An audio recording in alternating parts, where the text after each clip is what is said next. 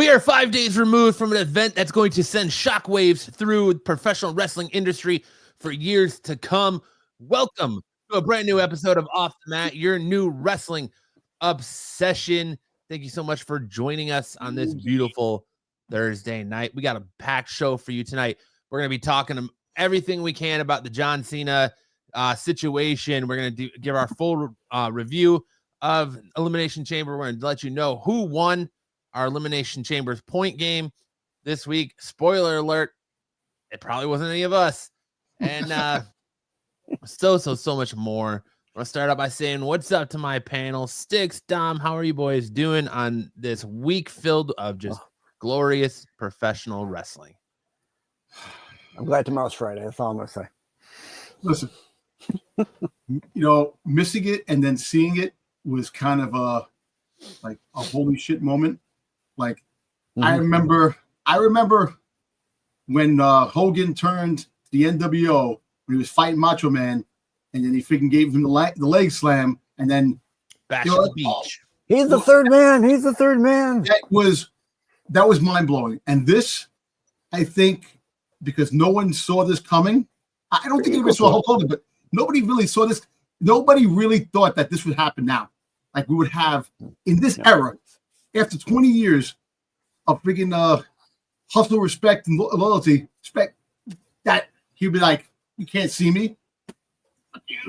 Listen, professional wrestling is cool again, to steal a line from The Rock from last year. I'm seeing people, streamers, TikTokers, Instagram influencers talking about professional wrestling that are normally talking about the NFL or baseball or basketball, sports in general. They don't really go to the roads of wrestling.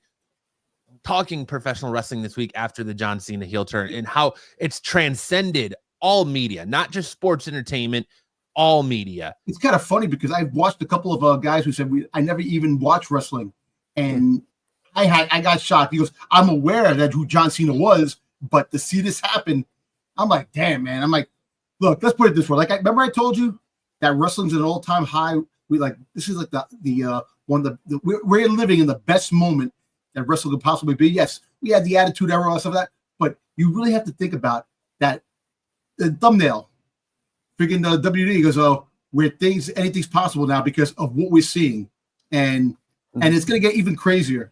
Because they said they're not done yet. Long-term storylines, there's a whole bunch of things that are in the works that are going to blow our minds up. But the Cena thing was unbelievable. That was a moment that you can't forget. You can't forget. Because the last time we saw him heel is when he was doing his thing 20-something years ago. And you know what? I don't even think he was really a heel when he was rapping too. I would call him more like anti or exactly. He wasn't really a heel, but he wasn't a face either. Anti-establishment. Look, I mean, you've got the likes of Shannon Sharp talking about John Cena. I see that. Stephen A. Smith talking about John Cena. ESPN people talking about John Cena. You have Pat McAfee getting death threats for shitting all over Canada. Like look, I'm gonna tell you this. This is funny. Sticks, you basically live in Canada. How's your? I how are your people gonna act like that, man? I don't know. Not my countrymen. Look, I can tell you this, man. Look, everybody gets mad at The Rock for doing things, but I think The Rock is friggin' Chris right there. There's Chris. People have been trying to get a hold of you. I thought you wanted to Chris, come on. Come on. Send you a link. Come on. Look, everybody, you can say what you want about The Rock, but The Rock, The Rock and Triple H are really making some wonderful things happen. Yes, there might be some little hiccups here and there with certain situations, but I'm telling you, the storylines are on point. The long-term storytelling is, I think, the best it's ever been, and I'm just happy that he did send the link. Bruce told me he sent the link. It's waiting forever. I'll do it. Bruce, wait for Bruce. I think Bruce sent it. Bruce is watching this video right now. Yeah, I'm really happy on how it's going, and I'm excited. It's not done yet. There's a couple more surprises before WrestleMania, which I can't wait for, and we can talk about some things. Yeah. We're gonna get into Elimination Chamber here in a bit, but I'm gonna say this was probably the best PLE they've had in a long while. The women's and the men's. Yeah, on both sides. Oh my god, man! Best PLE they've had. Because usually one of the chambers don't really like cut it like here and there, but these two were the best that I rewatched it, so it was the best that I've seen. Oh yeah, I watched it a couple of times. The Elimination Chambers, and I'm telling you, man, the best is still yet to come. And the whole Punk thing. Wait, Punk, man. There's gonna be a lot of shit with Punk, so I can't wait for that. It's definitely. I got theories on that situation too. Woo. We'll get more into that when we get into the Raw stuff. But I want to focus at the start of our show here, before we get into news, on this John Cena stuff. And I told you boys, I said, get ready. I'm coming in hot with a rant tonight. And it's something that I try not to do, but sometimes it's warranted. Why the actual hell is Travis Scott being brought into WWE? You're coming down the stands with Jey Uso, smoking your joint. Dom had his rant about kids around, and I was like, all right, I get it. We're in a different time now. Weed's a little bit more acceptable, whatever. And now you are an untrained artist getting involved in WWE. And I want to know, was his involvement scripted in part of the plan, or did he go off script and go in for business for himself with that slap to Cody's face? Well, Rock. Yeah, go ahead. Go ahead. Go ahead. Well, I was going to say, you're probably, in the media scrum after Elimination Chamber, The Rock says that he talked to Travis Scott and said, and because Travis Scott said he wanted to do something, he said, and he told this Travis Scott, if you're going to do something, get your hands dirty or get your hands bloody or whatever it was he said. And that's exactly what he did. Now, I agree. He's untrained. And from what the aftermath is, he's definitely untrained. And Cody being the constant professional, I got to say this before I let you go, Dom. Oh, Cody texted Conrad Thompson today, and who's a co-host with Eric Bischoff on their podcast, and said, all good, not injured. He missed me. He did not. That's Cody being the constant professional. He did not miss him. He made straight cupped contact with that ear. We're going to break it down. I've got images I want to break down. This is it's something he shouldn't have been doing. And I feel like The Rock probably should have stepped in and controlled things a little bit more. But just real quick, I think Chris, it was too late I at tried that to point. send it. Bruce sent me your Twitter. I tried to send it you on Twitter. I can't, for some reason, send you a message. So I don't have a way to get you the link. But go ahead, Dom. What were you going to say? Look, so in the press conference, The Rock said a couple of things, but also said that he's been doing some training, and some training doesn't mean that he's training. Look, I could do one day, and that's some training, and go into the ring and do something and make a mistake. But I think he did apologize. I think he did apologize about the mishap because he's getting a lot of heat on that, and rightly so. Cody is definitely a professional that he doesn't want to get anybody in trouble because it's part of the script, part of the stuff like that. And I understand World Wrestling Entertainment. You want to bring in talent, and Travis Scott is the lead singer, the new theme song for Raw. We all know that, so that's why you got that. Give or take. I'll say this: The Rock's new theme song with Fiend in the front of it, fire. Fiend leading into the Rock's theme song was absolute fire. Yes, I do admit that, and I can't wait for freaking Cena's theme song to come out when he comes out the next time. If he's gonna have a new theme song. I look at it this way. Do you think it's gonna be the basic ergonomics? Yeah, me personally, I think that a little bit more training is seasoned. And I think next time he is not going to probably participate like he did in this. I think he'll be in the background, probably holding a wrestler or doing something, not participating in any. Travis, yeah. So we'll see, because he is part of Rock's new stable that's coming in. Like I said, is there one more person? Well, there's 2 more people. Sadly, we won't get to see Cena or hear anything from Cena till the 17th of March when they're in Brussels. When he returns to Raw. Let me ask you a question. Do you think he turns around and says, you know what?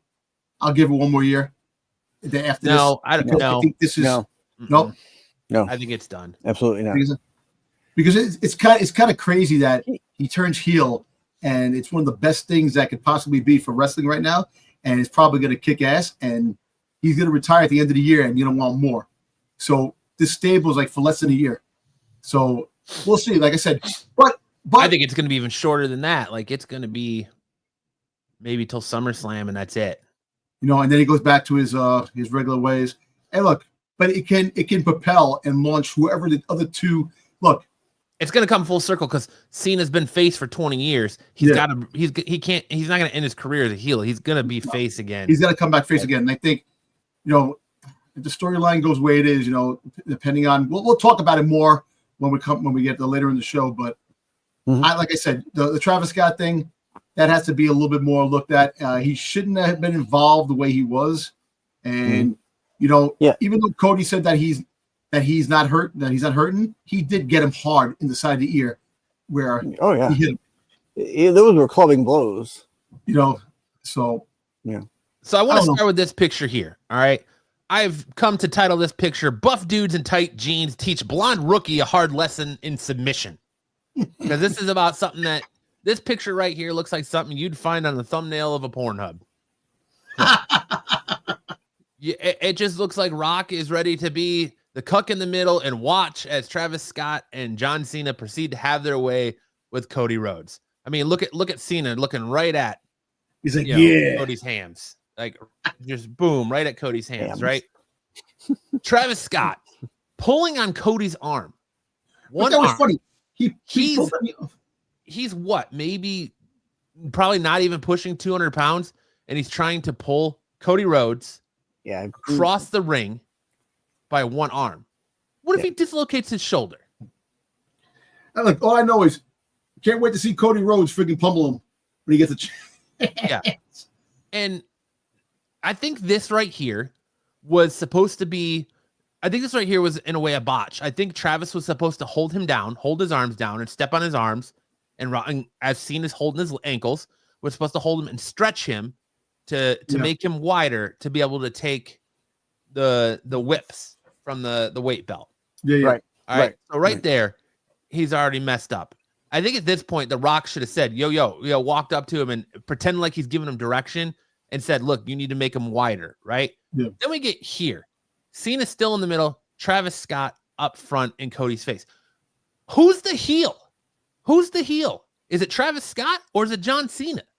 John Cena just went heel. He should be in the front in Cody's face. Yes. Not holding Cody's ankles. That should be Travis Scott holding Cody's ankles. Well, really, no, it shouldn't be because Travis Scott shouldn't even be there.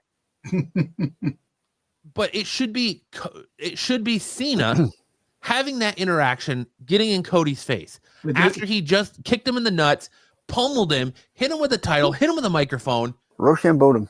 Yeah, really quick. I'm sorry, this green shirt guy. He's always there. Yeah. Oh, green shirt. Yeah. Why isn't Cena in the front there? Yeah. I don't know. Travis Scott makes better music that way.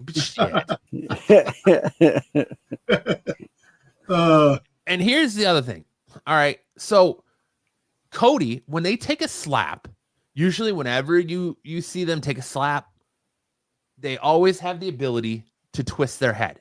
And so they can go with the impact. It lessens the damage. He did not move his head. His head hold him down. He's got his hand on his neck, pinning his head against the mat, and then open hand just slaps him over the ear. And you could see by Cody's reaction that it was like instant, like, oh, something just happened. There's an injury there.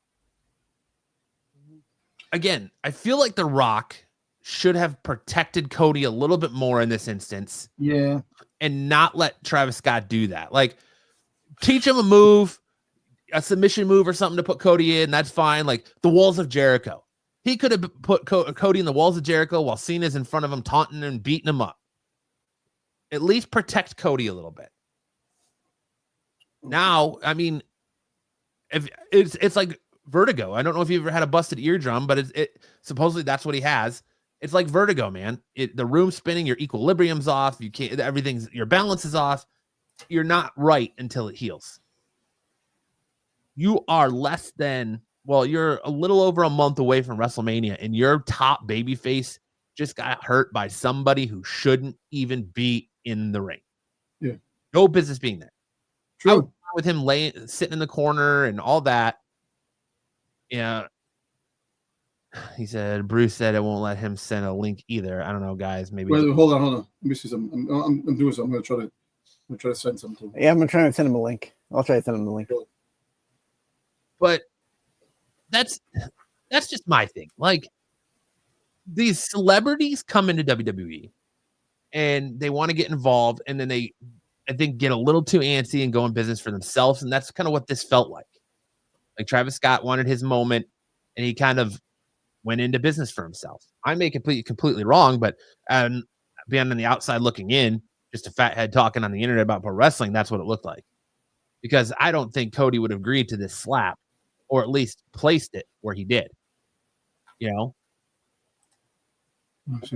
Come in fast, but land soft. But the way Cody reacted, there was no coming fast, land soft.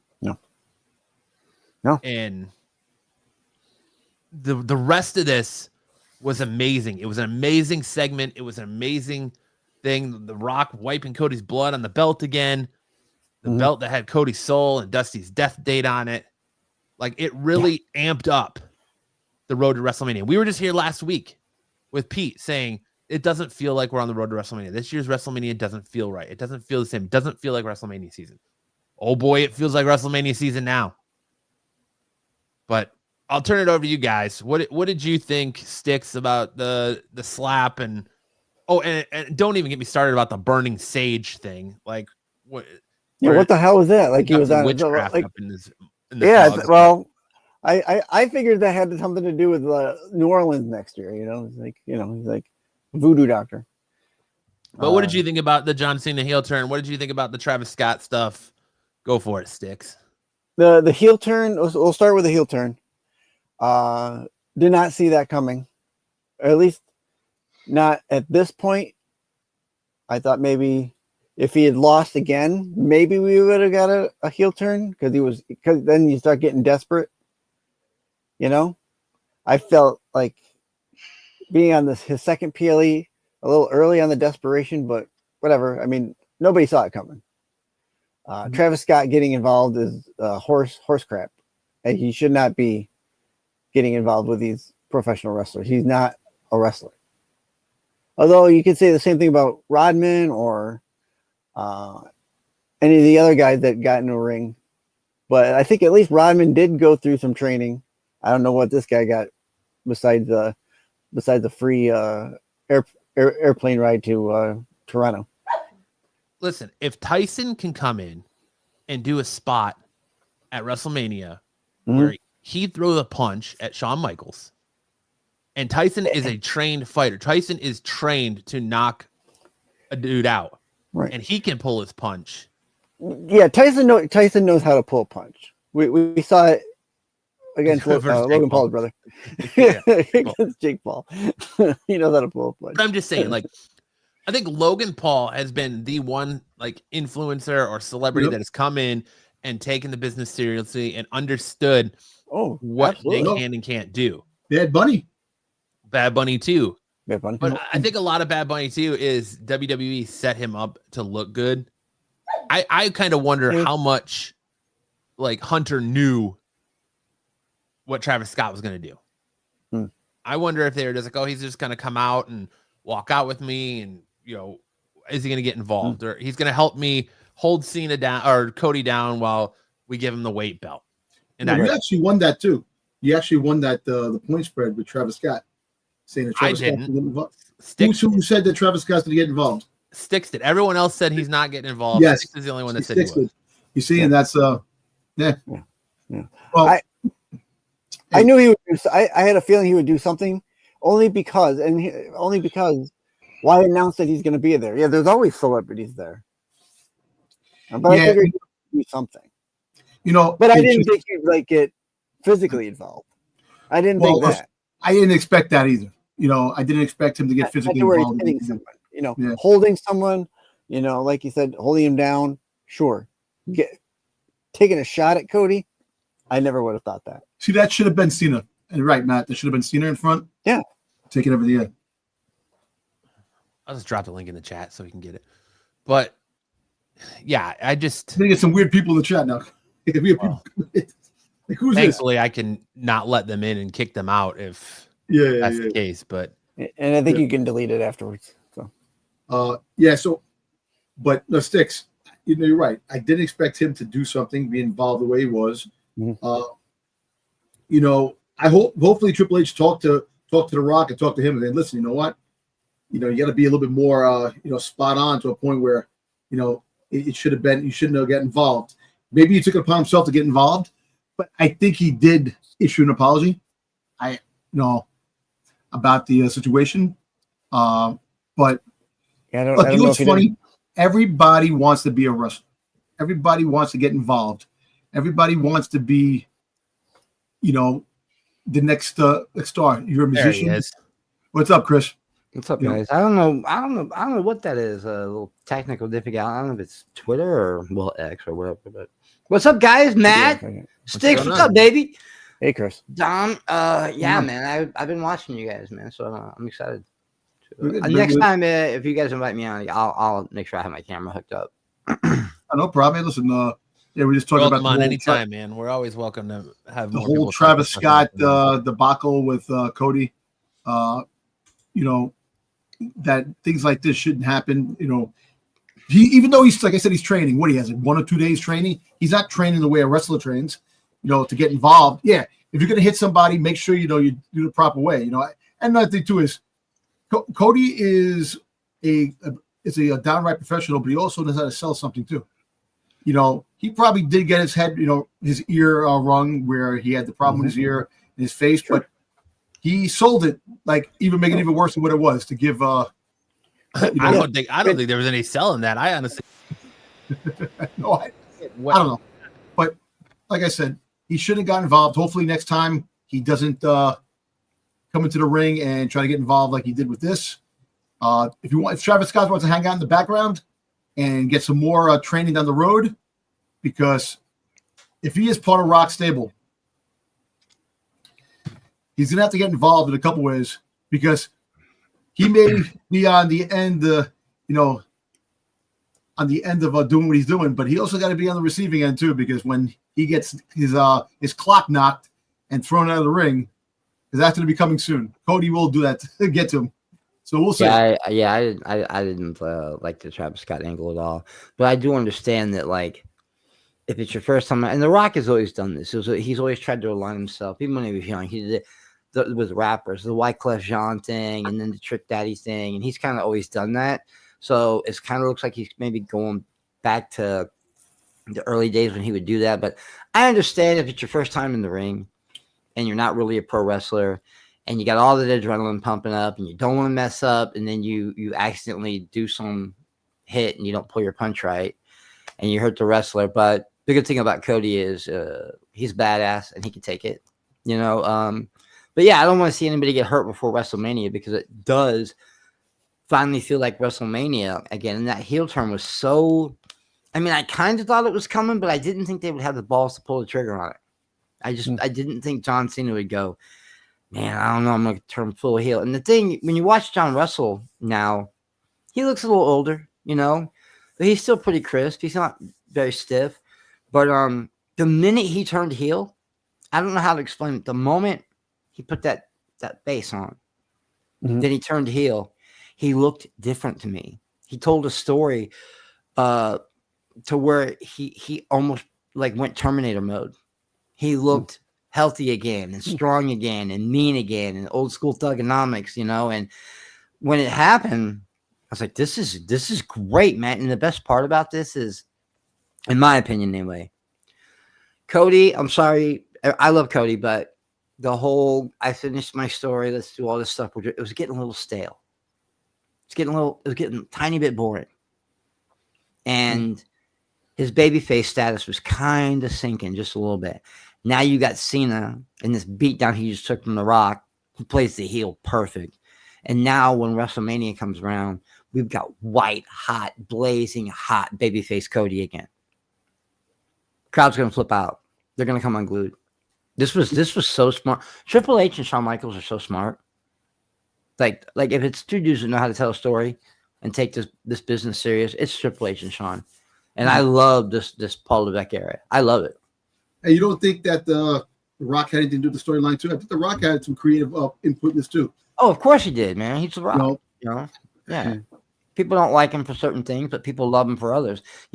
Sometimes, like the whole Black Adam debacle and Superman shit and all the Hollywood stuff, that's on one side. But when he's in wrestling mode, he's The Rock, man. And you forget all that Hollywood stuff. You forget all that, that belt with the date on it. And he's like, just smack. This is the best heel turn I've seen since Hogan in like 97, man. This blew people away, man.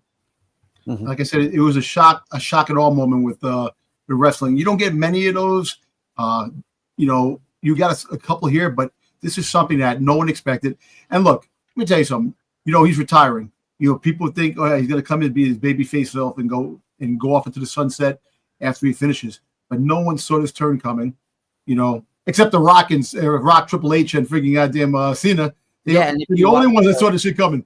But if you watch the presser afterwards, Triple H was talking about how hard it is to keep secrets in the wrestling business now, especially social media. And I grew up on the dirt sheets, so they kept this one under wraps, like a new Star Wars movie or something, man. Like they kept this one under wraps, man, and it kind of shocked everybody, and it turned out really well. And I think what Cena will do is he might be around a little bit longer than we think.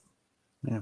He might do WrestleMania as the heel, but he's going to retire. He's going to want to retire as the babyface. So maybe he runs in and saves Cody, and then retires, something like that. Maybe not in-ring stuff, but in-ring stuff enough to do like a run-in or something.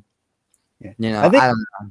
I would say the only nod to him going heel was the fact that he puts himself into the Elimination Chamber with no ifs, ands, or buts. Yeah, and then the way he capitalized on the curb stomp, and you saw him look like, oh my God, I can win. And that's when I thought, wow, he might actually turn heel. When I saw Seth stomp CM Punk, I was like, oh, okay, he might actually do it. But I still didn't think they would pull the trigger though, but they did. And it was one of the best Elimination Chambers I've ever seen. And I really like where the story's going. But the Travis Scott stuff does bother me a little bit, man. You got kids in the audience, you're coming out smoking a joint, and the Sage stuff, I didn't understand that. Yeah, I didn't get it. That's the one thing that bothers me. Look, you know what? I'm not hating the player. I hate the game, the situation, but you have to know. You have to do better. You have to do better. You're in a franchise that is a lot of kids, and look, mostly kids. Mostly kids. And you know what? Look, at the end of the day, what you do, your recreational things that you do on the side, I'm not hating you for that. You do it because but come on, man, there's got to be a limit where you do things. Yeah, exactly. And I look at it like this. They tried to cram, Roman Reigns down our throat for years, and it just wasn't happening. And the audience kept saying, if he turns heel, we'll love him. If he turns heel, we'll love him. And what happened when he turned heel? And we waited 20 years. John came in the Ruthless Aggression era, slapped somebody. I think it was Kurt Angle. It's Kurt Angle. Started doing the Thugonomics thing. Was heel for a tiny bit when he was going against Big Show. But he wasn't even really full heel. It was more like, I'm a gangster from the streets, blah, blah, blah. And for 20 years, man, people have been like, John's getting stale. Turn heel, turn heel, turn heel. And after 20 years, I'm thinking, he ain't going to do it. All that Make-A-Wish stuff and hustle, loyalty, respect. And when he did it shocked the world, man. It shocked the funny everybody. Thing was, the Make-A-Wish, Break-A-Wish became trending on WWE. That was awesome. The fact this is really smart. This is as big as last year when The Rock came back and the Cody stuff and the finish story. This feels just as big as last year. But I love WrestleMania season. How do you feel about them using the Make-A-Wish potentially as an angle? I don't know. I think that if you have parents that are involved enough to tell their kids how kayfabe works. Like my dad used to be like, that's not real blood, kiddo. It's fake blood. If you want to watch horror movies, you're gonna have to learn that because I can't stay up with you all night. My pop, he was great, and I think the kids get it, but it's also you're gonna have to expect it. Like didn't McAfee get into a little bit of trouble also? Oh, he's getting death threats for they came at him talking shit about Canadians Canada. for booing our national anthem. Yeah, but I like what he said too. He's like, look, you've been my national anthem. I'm gonna want to fight you. But people also have to understand that a little bit of that is kayfabe too. I'm sure McAfee doesn't hate Canada, but No, right. But the Make-A-Wish stuff, I really don't know how I feel about that, Matt. I don't know, man. It's a little, it can get a little bleak, It's something that you don't expect, when you put something like that in there. Hey, look. The funny thing, I was laughing at the kids crying because he turned heel, and yes, I'm going to hell for that because I thought that shit was hysterical. It was. Like it's hard not to laugh at something like that, but you're also like, wow, this is messed up. the Make-A-Wish stuff, that's something you don't joke about that, but I don't know. You know what? I'll tell you this: put it on a t-shirt, I'll buy it. Put it on a hoodie, I'll buy it.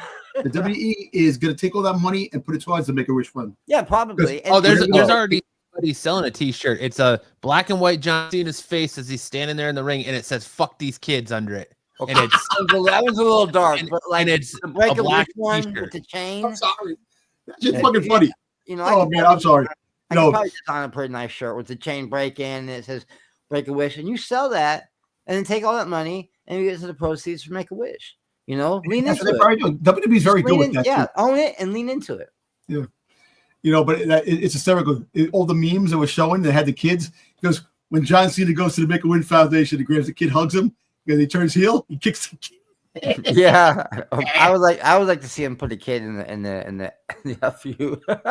Exactly. The attitude adjustment. They don't call it the FU anymore, do they? It's the attitude adjustment. I don't know. All I know is it. Yeah. They have the attitude adjustment, and then he's got the STFU, which is his submission.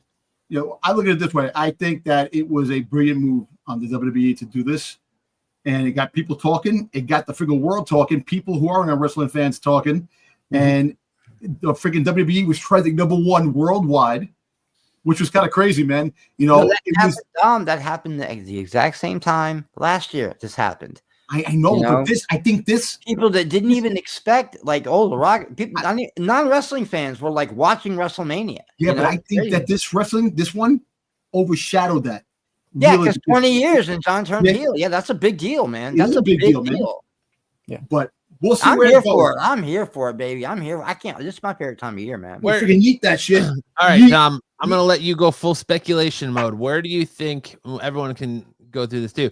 Where do you think this story goes? Do you think Cena takes the belt off him at Mania? Do you think Cody loses at Mania, or Cody wins at Mania?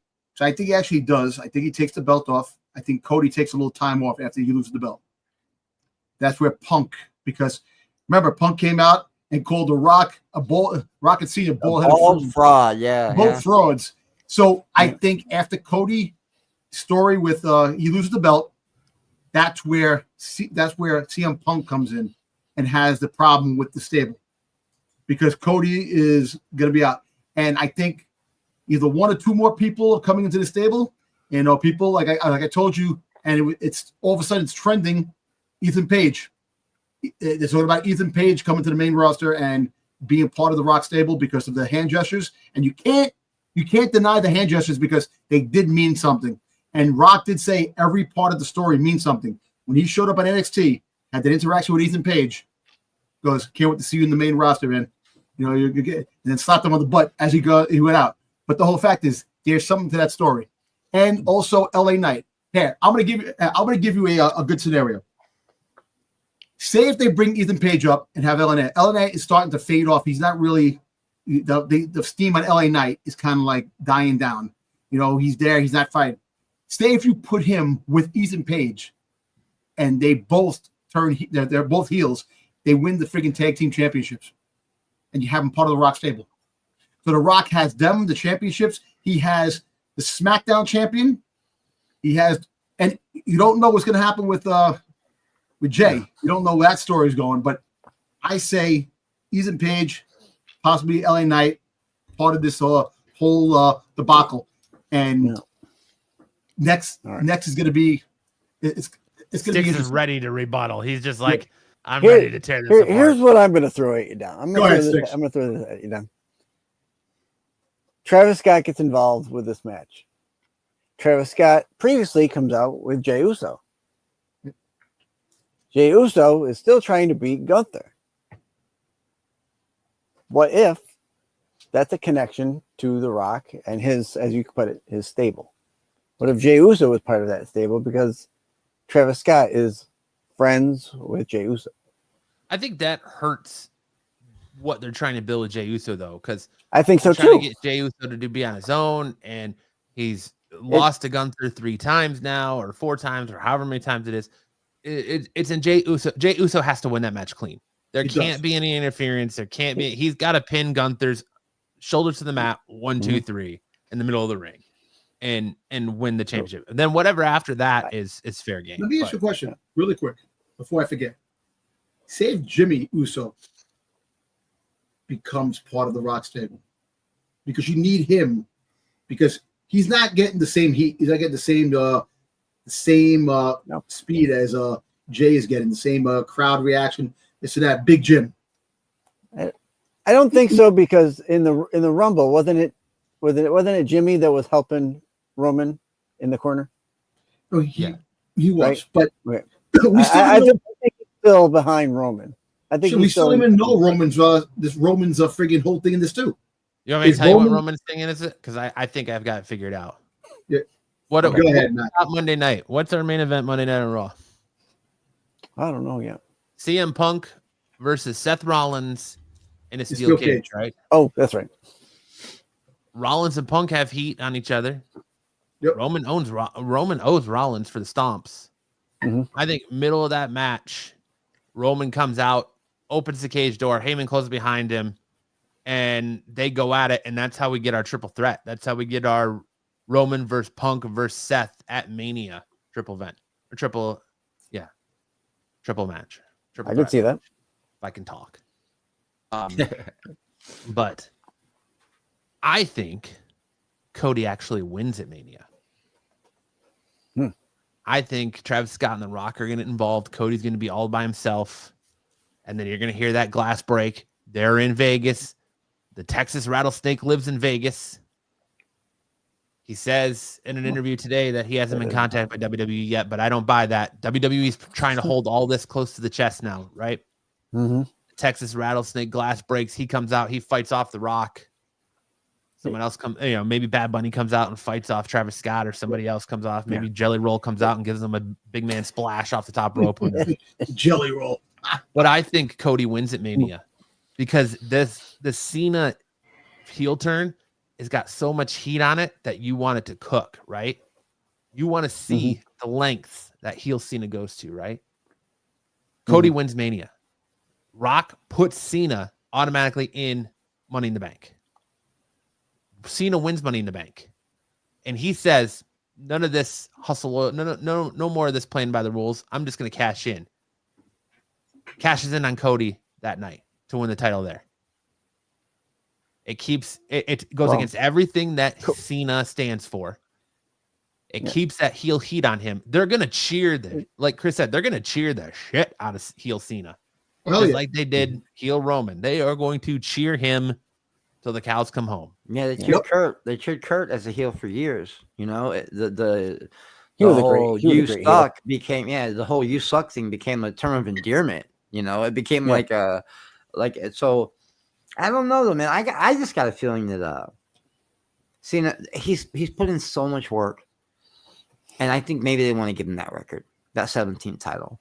Oh, he's going to get 17. That's not even. Yeah, that's a given. I think I also see maybe like right after he wins the belt, The Rock turning heel on he's already heel, but I see them betraying Cena. I see them they beat up Cena, and that's what brings Cena back to. Then he apologizes to all the kids. I'll never do it again. I don't know what I was thinking. Blah blah blah. You know, I deserve to lose because I turned my back on everybody. And then you get heel Cena one last, or you get babyface Cena one last time. The Money in the Bank thing is a good idea. There's just so many wrestlers right now. So much just blazing. They're like LA Knight's getting a little stale, but Seth is white hot right now. CM Punk is white hot right now. Gunther's white hot right now. And I think Jimmy's they have white hot right now. Jay's white hot. That feud before they move him into the title, either any of them into the title picture. But like I was gonna say, there's rumors that his last they're gonna do a pay-per-view for him specifically in December called Ruthless Aggression, and that's where his final match is gonna be. Okay, that's gonna be awesome. I hope that rumor's true. So, what if through the course of all this, after he wins the championship, the Make-A-Wish kids, if they use the Make-A-Wish thing, the Make-A-Wish kids don't want to see him, they're rejecting him. You know, his loyal fan base is rejecting him. We don't want to see starts you. to weigh on him, and then he turns on The Rock, and then at Ruthless Aggression, that's when he drops the title to either CM Punk or Randy Orton, and he rides off into the sunset, cap on his career. Yeah, what a great! I mean, all the returns this past chamber. We got we got Cargill coming back, and then Randy came back, and then John Cena turned heel. Like it was crazy, man. Cargill's a whole really quick. I feel bad for Randy.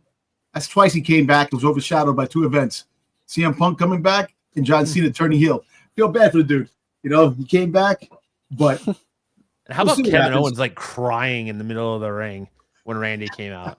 They're like, come on! Like he was like gonna shit himself and couldn't make it to the bathroom. Yeah, a little bit of overacting there, I think. But well, you know what? Listen, I love KO. I've been watching KO since ROH when he was Kevin Steen, and Sami Zayn was El Generico. Yes, sir. I've been watching them since the greatest tag team match I ever saw in my life was at the Windy City Fieldhouse in Chicago, and it was the Briscoe brothers, a ladder match, 3 Stages of Hell ladder match with Kevin Steen and El Generico, and I could not believe the bumps these guys were taking. Like, holy shit. They were taking bumps, man. Poor KO, man. He's going to be crippled before he's 50. I'm telling you, man. He's just fucking, the abuse that they take, man. The one thing I was, wondering, what the hell? Monday Night Raw, Netflix. How come nobody was on that show? Not Cena, not Cody. Not Cena went back to India. I know. Not that. Not even Jay Cargill. Nobody. I know it's two brands, but the fact is that you got Monday Night Raw. You should have had something trickle into that.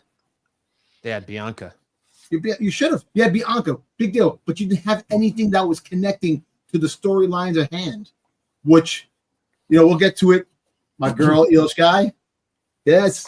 Yeah, I was happy to see her win. I thought that was pretty cool, We'll talk about that. But I wanted Rhea at Mania. I think you're still going to get Rhea. We're still getting Rhea.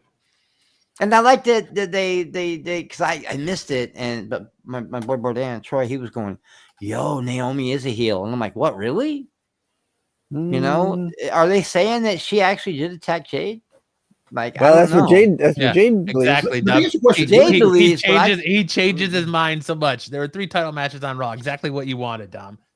I know. I wanted that, but there should have been some part of the story. But I want to ask you something. Right now, Bianca Belair is in the championship picture. Mm-hmm. What if Jade Cargill finds out that Bianca Belair was the mastery to what happened? She's the one that really orchestrated the whole thing. Maybe they change it. She don't get the title shot, and she has to fight Jay Cargill, or Jay Cargill becomes part of it. I think she would still get the title shot because she won, so they have to give it to her. There's going to be some real story manipulation. Yeah, triple threat or something like that, Matt. I would think in a situation like that, they go triple threat. Maybe even Bianca was in a match when it happened. That's going to be some real story tweaking they'd have to do to make it Bianca's the one that attacked her. I don't know. Yeah. Did you? There was a video going around where they show her inside the chamber. You're taking the jacket off when Jay Cargill. Yeah. So they released audio from the chamber of that, and it's her basically yelling at Liv. Okay, yeah, you're gonna get it. She's coming to whoop that ass. So she's yelling at Liv and taking off because she's getting excited, and then they threw the swerve at you, and she ducked Liv and went right for Naomi. Yeah. But before we get into the news, let's talk about, you guys brought it up a couple times, the fingers throat slash, right? I've heard so many theories on that. Dom's Ethan Page one. I think it's more like Cody's 3 stages. So KO's turned against him. He lost one of his best friends and one of his allies. KO's gone. It's all has to do with people that helped Cody win the title last year at Mania. Owens gone. Cena now on Rock's side, turned heel. The last one, Seth. He was Cody's shield through that entire thing. The last domino to fall is going to be Seth.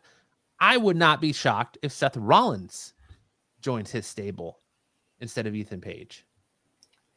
I don't think it makes sense to bring Ethan Page into this unless they're going to have like Ethan Page and potentially somebody else and Rock's going to try and make this new bloodline faction or the corporate faction and has them go after like tag team titles or something. I mean, could you imagine a John Cena, Ethan Page tag team champions?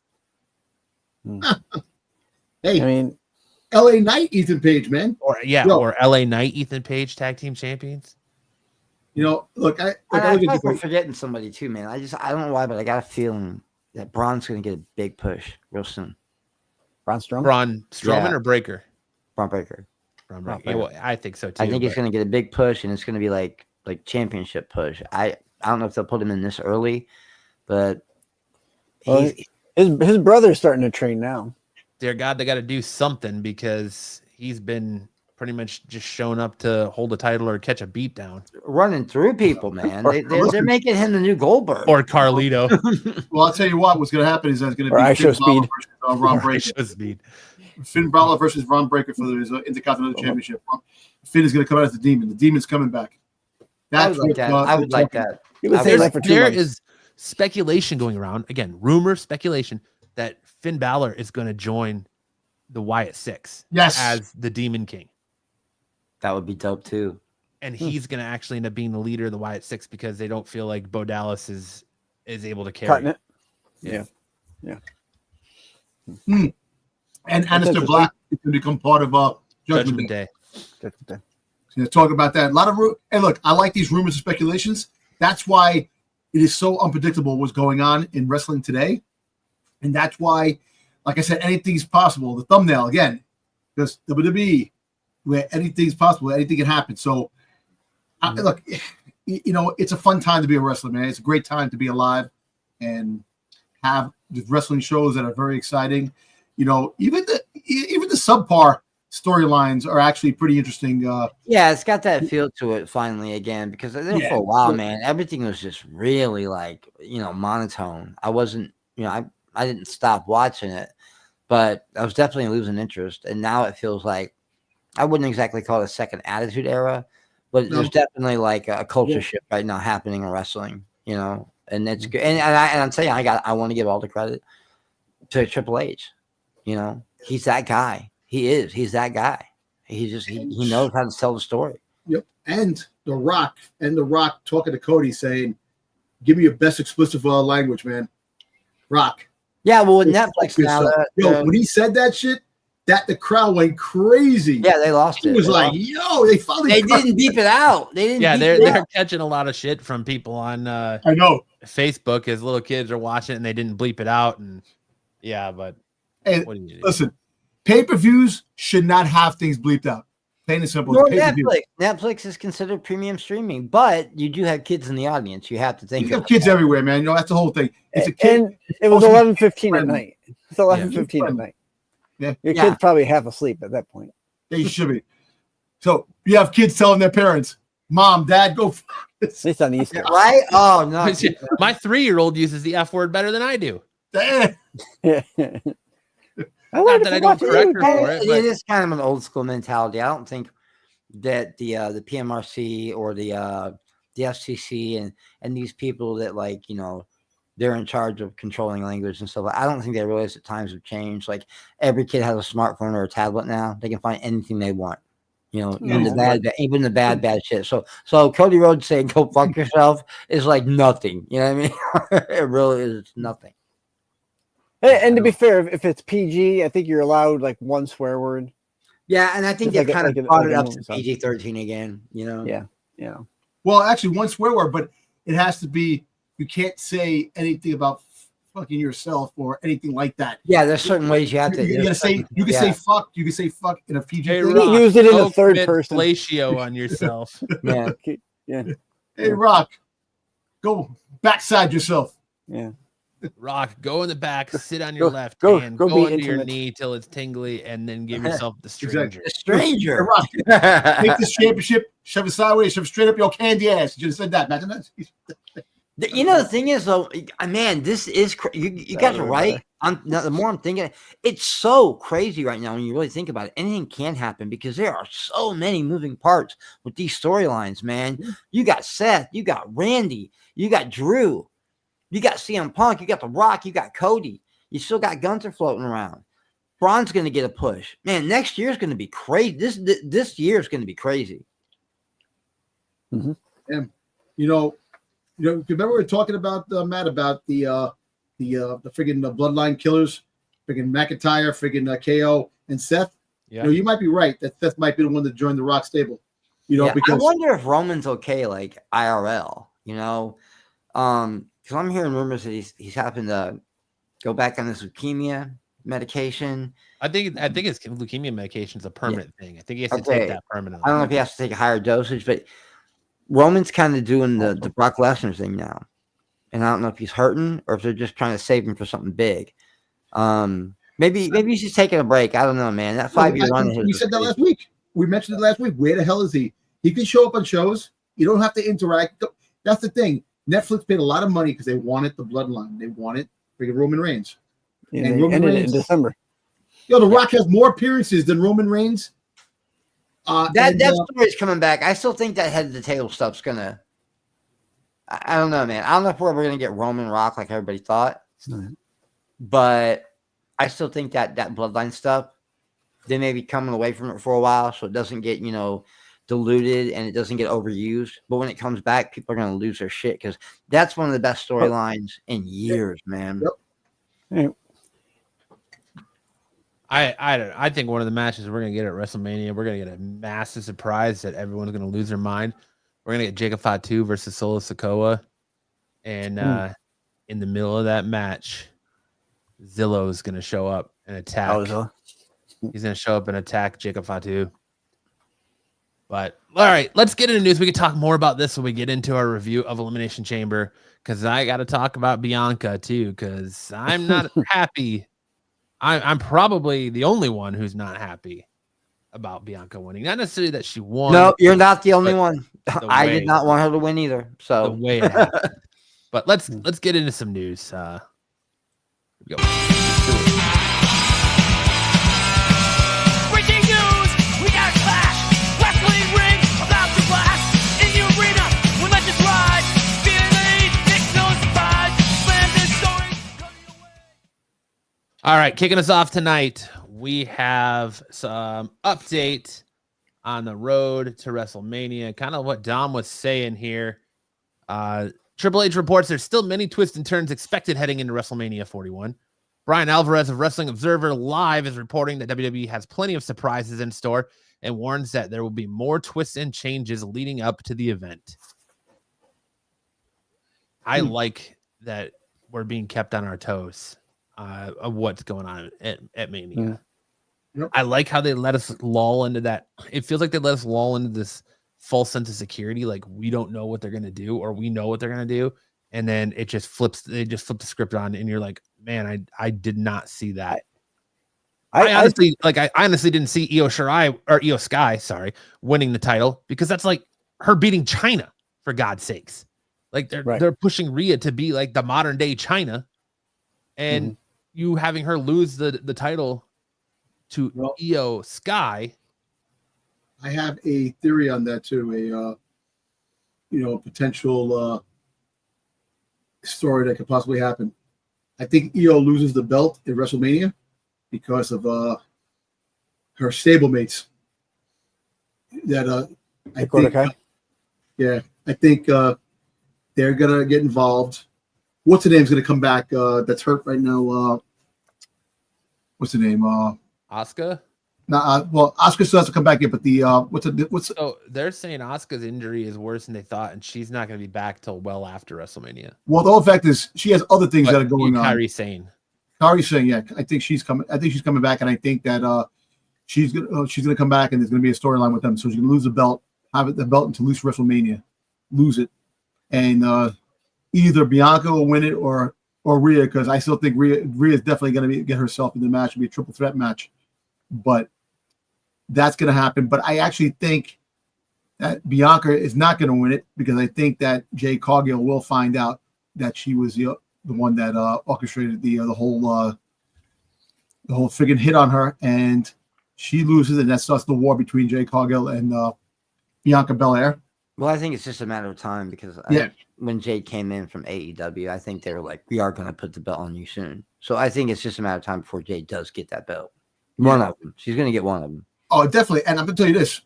She looked badass. Yeah, she came back in the chamber. Yeah, but she always does, man. She always does, man. No, she was in shape. She was ripped. She had that hair. She cut her hair. She reminded me of the Jade Cargill. AEW. Yeah, she reminded me of the AEW Jade Cargill. That she was like undefeated, like that she was like just dominant. And that beat down she threw on the my God, and then slamming the door on her. Wow, dude. She beat the shit out of Naomi. Yeah. So seeing her do that the storyline, there's gonna be a big storyline with her, and she's gonna probably win either the Intercontinental Championship or the USA Championship. She's very soon. She's gonna definitely win it very, very soon. So, but I think she's gonna have the storyline first for Bianca, and then then she'll go for her championship match. Well, aren't they retraining her? Because I don't do the dirt sheets anymore, but I heard that Jade, she's good and she's built, but they're kind of retraining her to have a little more finesse because she's stiff. Yeah, they are. They are still giving her extra training. Like that was the thing. Like Tony Khan put that TNT championship on her in AEW and then never made her lose, but she was wrestling quick squash matches. Like can't recall off the top of my head anybody really taking her into the deep water and taking her in the distance, but I think they're retraining her, to get her to be a little less stiff on the mic and in the ring. But she reminded me when she came out, even the outfit she was wearing. She just had this ninth wonder of the world vibe to her. She felt like China. It felt like a new China, maybe even a female Goldberg. But I don't want to see nothing but squash matches. I want to see some finesse in there eventually from her. Listen, but I can tell you, she looked really good. I was like, damn, she looked great. She looked great. She looked fantastic. Yeah. I'm like, her training, and her diet, whatever she's doing, I'm telling you, man, she's rocking a Lex Luger body when he was at like 2% body fat or something. I know, but dude, she's killing it, man. But she makes it. I'm telling you, she is sexy as all hell, and the way she carries herself. Damn, I'm like, damn. You know what? Let's put it this way: the women division in wrestling is fucking yes, Tom, they are very pretty. You're married. You're gonna get in trouble. But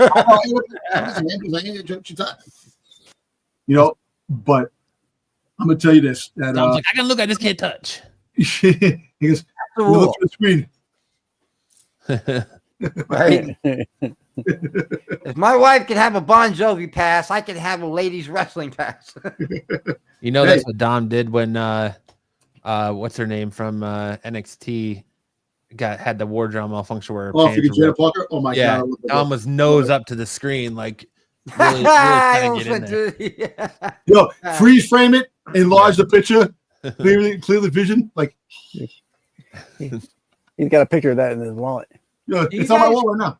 Do you guys possibly think that with all these wrestlers coming in and having all the heat on them that they do, that WrestleMania may not be a one-on-one? That might be the twist and turns Triple H is talking about. Like, it somehow becomes a fatal four-way or a triple threat. You know what I mean? Like, because I still feel like CM Punk is going to get that main event moment this year somehow. And that's all he wants. And I feel like he's going to get it, or co-main event at least. But I don't know. Something just feels like it won't be John and Cody one-on-one. Or maybe they'll save that for later. I don't know, man. How about The Rock pulls a Kevin Nash freaking Hulk Hogan scenario? Freaking John Cena, freaking knock out Cody, John Cena falls to the floor and The Rock pins him to win the championship. Yeah, that For would The be Rock crazy to win the too. championship. And then Oh, he says, Jesus. listen, he goes, you'll have a chance to win this again down the road. Say if The Rock does, he just touches him. He falls on the floor. That would be horrible. Oh my god, That- that would. well, That would I think that would make so many Yeah. people angry. Oh, I know. People get angry. No, I but don't know. I thought the same thing. I thought for sure Punk was going to call in his favor and get put in that match. But after Raw, when he goes out and he calls out John Cena and The Rock, I don't know what Paul Heyman can do to sway The Rock. And then The Rock responding to him on Twitter. And so I don't know what Paul Heyman could pull to have The Rock put him in that match. I know these guys are so smart. They've even found a way to use social media as kayfabe and as a plot, pushing, plot mover. I love it, man. Because wrestling fans not only have long memories, but they're very, very smart. You gotta do a lot of swerving to trick the audience into not knowing what's gonna happen. Because these internet sleuths, man, they'll figure it out right away. So I don't know. I wonder, because I know The Rock said in his presser that he watches, a podcast, like he watches Sam Roberts, not Sam Wrestling podcast, and they pay attention. I wonder how much of this stuff is because of that. And we have a main event now that you could have so many possibilities that it's hard to really gauge where they're going, right? And how many of these storylines that maybe they listen to a show and they're like, oh man, we should totally do that. I didn't even think I about would, that. Matt. I bet they do that. I mean, there's a guy that has a pretty big wrestling show who I've met in real life. I don't like him, okay, but he's smart, and I've heard him throw ideas out there, and then later on down the line, like something like ROH or TNA will use them. So I wouldn't put it past anyone to listen to the audience and go, man, that's a good idea. you think that The Rock is actually playing the Vince McMahon role as the, I was gonna say that. Just not I was on going to people. say that when I first got in. I was like, he's doing the Mr. McMahon thing, and Cody's the new Austin. Like, it's almost what's happening. So they're doing that, and that's why Austin be involved, because The Rock and Austin have a long history. But you have The Rock, he don't have to wrestle that much. He can have the stable come in, have the stable take care of a business, what he has to do, and he's going to pick and choose who's on the stable. And But I also think that you can't call yourself the final boss unless you're going to have at least one more fight left in you. And I think The Rock has one or two left in him. I really do. The guy's in phenomenal shape. soon, KO and Steve Austin can do it. The Rock can do it. Would you watch a match, The Rock and Stone Cold's final match? Absolutely. I would watch it and I would love it, but I don't think. See, KO made Austin look great last year, but that was all KO. Austin was probably the GOAT, okay, but he's getting old. He can't do that shit no more. KO had to kind of carry him and sell it really hard. So Definitely, Dubs. Definitely. I don't know if The Rock can carry Steve like they'd have to carry each other. How about this? You have The Rock versus Stone Cold at WrestleMania either 42 or 43. The Rock retires in Stone Cold's last match. Give him a street match. They could do a street match. Yeah, give him a street fight, something like that. His knee was one of his problems, and he just got a knee replacement. He said he's good to go. So yeah, you give them like a street match, a street fight, and that could be great because they don't got to do a whole. They're going to take some hard bumps outside the ring, but they don't got to do all that finesse. It's just beat down. Someone gets a beat down. Crazy off the rope moves like the other guys do. He never did. He had a few, but that was never really The Rock's thing. What if this leads? So go back to my Cena theory. What if Cena drops the title to Rock after going through all this turmoil with everyone turning their back on him? Cena drops the title, and Rock takes it off of him after Cena turns on The Rock, right? So Rock becomes champion until he can appoint a new champion. We go in to WrestleMania season 42. We have Sami Zayn, because I think Sami Zayn is going to win the Royal Rumble in Saudi Arabia. I think that's a no-brainer. Sami Zayn wins that, and he doesn't choose The Rock. Roman Reigns wins the Elimination Chamber next year, and we get Rock Roman in New Orleans, WrestleMania 42 for the WWE for the WWE title. Yeah, and then you hang it back on Roman. Yeah, that could work. That could work. And I think people would really like that. Dub. The Rock needs to cut down on the tequila before winning anything. Yeah, true. The tequila. Is he drinking? He's like, Did you see You know, I believe that though. I've always believed it. You can't manufacture goosebumps. He's always loved that crowd. So when he comes out and I don't know if you guys ever been to live events? Yeah. So you know when the crowd pops, man, there's something. I've been to quite a few. You know, that's gotta be Kane. That was here in my hometown. Well, I'm actually from Chicago, but I live in St. Louis now. I was there for that, you know. And I would hear sometimes the crowd would snap, like when the hard dudes would come out or something like that. But when that glass broke, or when that bell from the Undertaker hit, I've never heard crowds come unglued like that. And you will be in the crowd and get goosebumps. So I've always believed that The Rock, those goosebumps are genuine. But I love that CM Punk called him out on it. Which he slapped the forearm. Dude, CM Punk's so good. Another pipe bomb. I like the meme that was out there right after the show with the press conference that was like, you know, John Cena walks in and does the mic drop, and then The Rock comes out and says, "Hey guys, I'm Dwayne The Rock Johnson. I play the character called the Final Boss, and this is what we're doing in our storyline." Like, doesn't even keep up the persona, nothing. It's just like, oh, I love playing this character, the Final Boss. It's like, I'm good and bad. Yeah, come on. Keep up with the story. Yeah, I think you got old school professionals like they probably like the Undertaker. He would never break character, you know. But The Rock, the hard part about The Rock is he's on the board. He has to work both sides of it, just like Triple H. I'm gonna start a rumor. Rock totally puts ice cubes in his underwear under his balls before he walks out to get the goosebumps. Yep. It was set online, so it must be real. It's gotta be real. Here's a rumor, and I know it's true because I just made it up. Because Dom was here, and everything he says becomes reality. Becomes facts. Yep. So because Dom was here when I said it, it's happening. Facts. It happened. There you go. It's happening in real time right now too. The Rock plants ice under his balls to get his goosebumps. That's how he gets his goosebumps. Good old Rey Fenix. We got some good news when it comes to Rey Fenix. Rey Fenix's WWE signing is imminent. He's now officially a free agent, as confirmed by Fightful Select. Despite the possibility of a contract extension due to injury time, he's free to sign with any promotion. Sources suggest that WWE signing is imminent, with merchandise and creative teams already preparing for his arrival. Good. That's great. And he could be there before. They're going to win the tag team champions really quick. I don't know. I'm just saying, like with Rey Mysterio getting as old as he is, and even though we've got a lot of cruiserweights in there, I don't know who it would take a guy like Phoenix to go against someone like Penta. You know, like you're going to need something like that because the cruiserweights they're aging out. I mean, the great ones anyway, they're aging out, and a lot of the really good ones are still in NXT. So I don't know, but that Penta guy, man, wow. Yeah, it's funny.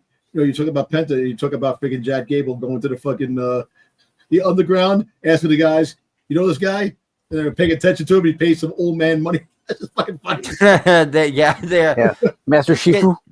Yeah. It's getting funny again, but it's also getting dark again, and that's always one of my favorite kind of wrestling.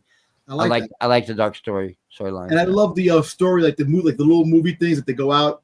But like, remember Stone Cold and The Rock were going at it when The Rock became the People's Champ, when Stone Cold threw the belt in the East River. Yeah, the vignettes, or the little acting stuff. Yeah. See, I like shit like that, and the story, those kind of stories that they have, things like that. I want to see more of that. It's like we're not going to get the mud wrestling Jello fights that they had where puppies and shit like that. Yeah. No, that shit has always been cringe. Don't get me wrong. I'm not ever going to complain about looking at a beautiful woman. Come on, he made Trish Stratus. Cringe. Freaking McMahon made Trish Stratus undress and bark like a dog. Yeah. Come on.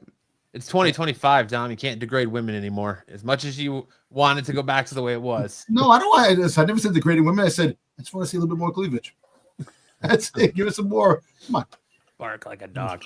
She still looks great. God, she looks great. That with this news, the Detroit River. That's right. Yeah, Detroit. I said East River. I think with this news of Rey Fenix potentially coming to the WWE, there's a tag team match for WrestleMania that has the possibility of stealing the show. Ray Phoenix and Penta versus DIY for the WWE Tag Team Championship. That'd be cool. We always get a few surprises at WrestleMania. I can see him bringing in somebody new. Johnny Gargano and Ciampa can both go. We've seen it in NXT. I think that match would be insane. It could be definitely a slobber knocker, as JR would say, of a tag team match. And Monday Night Raw after WrestleMania, that's what you have to keep an eye on. Oh, that's always the biggest Raw. I know. Loudest, yeah. It's going to be because there's going to be some the other part of the Rock story is going to be involved after that Monday Night Raw. Guarantee. Bret Hart's coming back. Oh my God. Have a stroke in the middle of the ring again. Shawn Michaels going to come back. Yeesh. Kind of going back to our predictions for Mania. The latest on WWE's plans for Rhea Ripley at WrestleMania 41 are that with fans being shocked that Io Sky defeated Rhea Ripley to win the WWE Women's Championship on Monday Night Raw. Io Sky will now defend the world title against Bianca at 41, but WrestleVotes has shared that an update regarding WWE's plans for Rhea at Mania are, according to the reports, WWE plans to add Rhea Ripley to the Sky versus Belair match, making it a triple threat match showdown at WrestleMania 41. I'm all right with that. We'll go with that. Yeah, you can't have your biggest woman star drop the title and not have her participate in. Yeah, and then just fade out. Yeah, that's not good. Yeah, but like I said, I wasn't happy with Bianca winning. So I just like that Dom doesn't go to storyline. He's like, yo, maybe she's hurt, or yo, maybe she's pregnant, or yo, maybe she's this, or maybe I said that. Did I say that? Yes, I know you did. That's what I'm saying. Like, it wasn't even like, oh well, she'll be in there, story and make things more interesting. You went right to throwing out personal stuff. Oh, maybe she's pregnant, maybe she's hurt, maybe she's this, maybe she's Fuego. I don't know, man. Listen, all I know is that was a big surprise on Monday Night Raw that Io Sky won that belt. Because you don't normally see a belt change, a championship belt change on. Yeah, it doesn't happen very often on the. When it does, there's a big reason why, and one of the reasons is that hurt, or there's something else. But like I said, I could see her in the triple threat match definitely. That would make they try to find Io Sky in the mix of everything as champion, and like I said, she's gonna probably lose the belt at WrestleMania. Because I think what's her face is gonna come back and turn heel on her. Yeah. So that's what I think. So I think they're gonna have that storyline, or Asuka can come back. Look, we say right. The crazy thing is that Asuka or the other one. I always forget her name. Kairi Sane. Kairi Sane. Yeah. What about the Dakota? She can come back and freaking probably interfere, and that makes a lot of sense because she could be angry and jealous that Io's won the women's championship twice now, and every time she's gone, she loses. She hasn't been able to beat Lyra Valkyria yet for that women's intercontinental championship. So that makes a lot of sense. I can see that. But I love me some Dakota Kai, and I would not be disappointed if she was champion. Exactly. Just something about those Aussies, man. I had like a different. Or isn't she from New Zealand though? I think she's from New Zealand. I think she's from New Zealand. Oh, she's a Kiwi. That accent, boy. Oh boy. Look, you got Rhea Ripley from Australia. You got Dakota Kai from freaking New Zealand. Come on, man. I don't care. Just give me those accents. That's it. Well, now that Rhea's lost the belt, the whole thing I wanted to happen can't happen now. But with Rhea being the size that she is, I just thought that Roxanne would be a good match for her. They're both big. They both kind of got that dark side to them, that punk rock vibe. But Roxanne's still a little bit rusty. I think she needs a little work. She's a little stiff too. She does. Yeah, she looked real rough on NXT against Jordan Grace. Sticks, you all right? You froze holding your nipples. Sticks, calm down. I know that picture of Rhea is hot, but you don't need to get all hot and bothered. That was funny. That was funny. The screen froze him holding his nipple. And I was going to compliment him too. I was like, "Damn, Sticks, your internet is actually keeping up tonight. You're I know, in the right? Conversation right after the jinxed me then. Then you just freeze like, oh my god. Yo. I tell you this, Rhea doesn't need to have the belt to be popular as she is. She could fight matches without the belt, championship belt. I think that if she does get the belt back, all right, you put it back on her in WrestleMania. But even if she doesn't win the belt, she's still popular. She still can fight. Well, when they did the presser with Bianca at the post show, and they were like, "Who would you rather go against? Io Sky or Rhea?" And Bianca was like, "Man, they're both so great." And I think this is how you get the best of all three worlds. If you really do this triple threat, then Bianca gets to go again. It's not just, oh man, I wish I could have seen Bianca going against Rhea, but now it's got to be Io, or vice versa. Now you're getting all three of them. That's smart. I agree. I think it's the right call. Because I mean, like I said, Rhea is your hottest woman right now. Like, she's so over, man. The fact I haven't seen anyone this over since Becky. Remember how over Becky was? Wow. They had Rhea chasing Liv for months. Mm-hmm. And then finally won the title for her only to have it, a little over, maybe even less than 2 months. Then she drops it to Io. That's why I think there's a lot more than we're seeing. No, I think Triple H is right. There's going to be a lot of twists and turns, a lot of swerves. And by the time WrestleMania actually hits, who knows what's going to happen. I think you're going to see Rhea go on a warpath. I think she's just going to go back to destroying everybody. Yeah, I would love that. And I don't babyface Rhea, heel Rhea, I don't care. Anti-hero Rhea, I like them all. Her work in Judgment Day was phenomenal. I think they're going to build her up, and you're going to see Rhea versus Nia Jax on a Raw at some point, and Rhea is just going to absolutely destroy her. What about Rhea versus freaking Jay Cargill? Because that's the one everyone's waiting for, Dom. That's the one. That's the one. That's happen because of the Bianca Belair situation. That there are, if there's a triple threat match, Jay Cargill will be interfering against Bianca Belair, and it's going to probably cause ripples with freaking I'm doing Bianca. In my head. Yeah. This whole situation. It's gonna happen. If it does happen, that'd be cool. Dove says Rhea could lose at Mania, then go to SmackDown to beat Plastic Woman, aka Charlotte. I don't think Charlotte's winning at Mania, man. I love this. I love this. Like she did something so smart at the other night when someone was it it was Tip, right? She got beat down. And then as she was walking out of the ring, she did that stuff where she wiped her feet on her, acted like she was wiping her feet on her. And like that is so smart. She's so much like her daddy. Like she really is, man. She knows how to play that heel role. And just the way she was going to get out of the ring and she wiped her feet. It was so good. It was so smart, dude. The reason for her plastic surgeries or something like that, she got a divorce. We didn't know she had the divorce until just recently. I've always thought she has a weird. She's beautiful. Don't get me wrong. But I've always thought she has like a weird torso. Like, she's got like no like hips. Goro without the other two arms.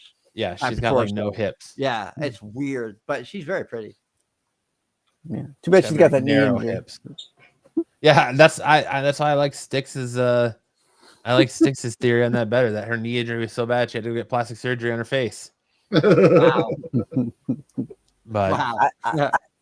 I don't like her plastic surgery, but that's just me. What if we don't get full heel Bianca till Mania? What if Bianca comes out and attacks, or not Bianca? What if Naomi comes out and attacks Bianca in her match at Mania for not helping her against Jay Cargill?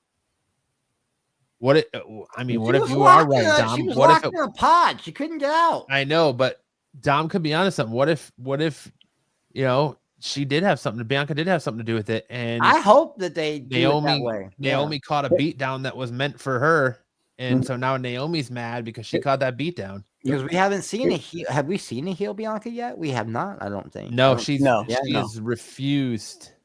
No. Apparently, they say she's refused to go heel. She doesn't want to ever go heel. She wants to be babyface her entire career. But she was heel. I feel like she was heel in NXT, wasn't she? I thought she was. She was arrogant. Or at least in a tweet. The way Sasha was, she's very arrogant, but I wouldn't consider her full heel, Did she ever win dirty? I think hair whipping the crap out of Liv Morgan. I just don't know how she did wrestle. Yeah, but that didn't cause her to win, though. No, we'll get to that. I'll tell you what caused her to win when we get to that. That hair's gonna hurt her someday, God forbid, but it's gonna.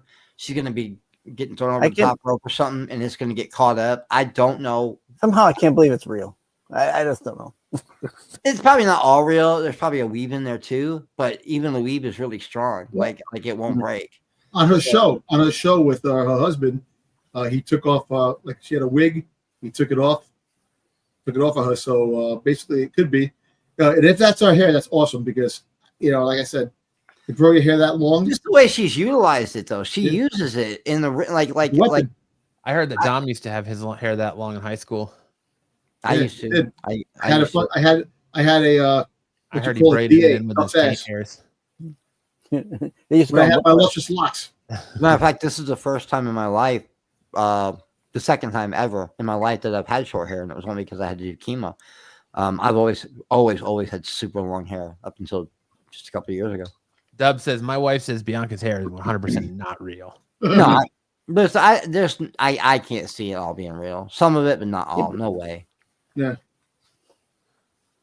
And our last news story tonight is we have some Hall of Fame news as a legendary tag team of Natural Disasters is allegedly going to be going into the WWE Hall of Fame this year, along with Triple H and Michelle McCool. These are the only three names. Just three? So far. They'll put one out every week up until Mania. They're talking about Demolition going in, and I'm surprised that we're getting Natural Disasters before Demolition, but who knows? Oh yeah. Earthquake, Typhoon. When I was young, that was my squad, man. I mean, I like the Heart Foundation, but I always cheer for Demolition. It wasn't Earthquake. Wasn't Earthquake Tugboat at one time? No, Typhoon was. Typhoon was Tugboat. Yeah. Typhoon was Tugboat. Typhoon, Tugboat. Boop, boop, boop, boop. Yeah.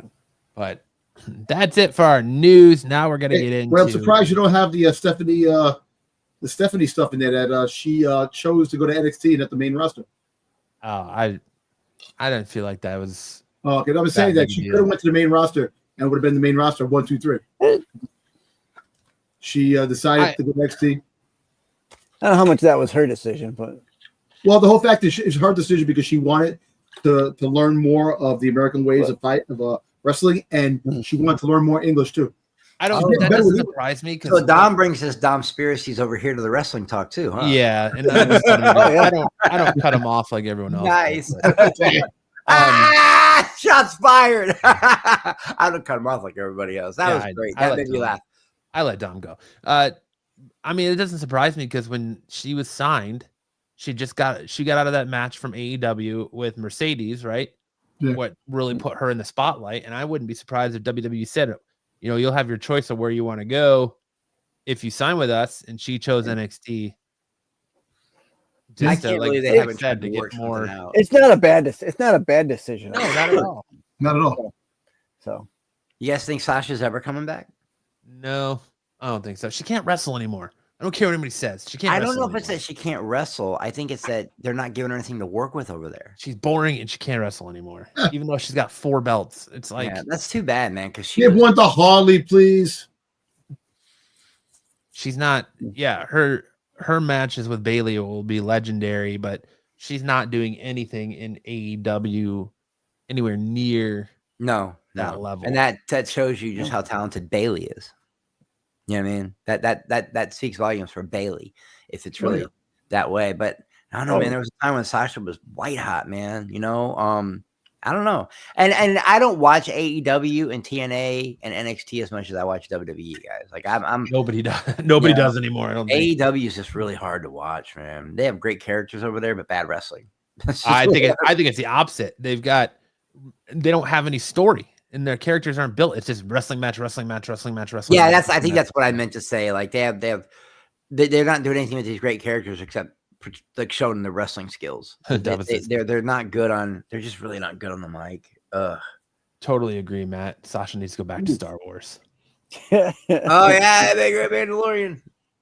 Oh, don't get down started on Star Wars. Sasha Fett, baby. I love it. All right, let's get into our off the mat reviews of our shows from this week. Ignite tonight, wrestling fire burns so bright in this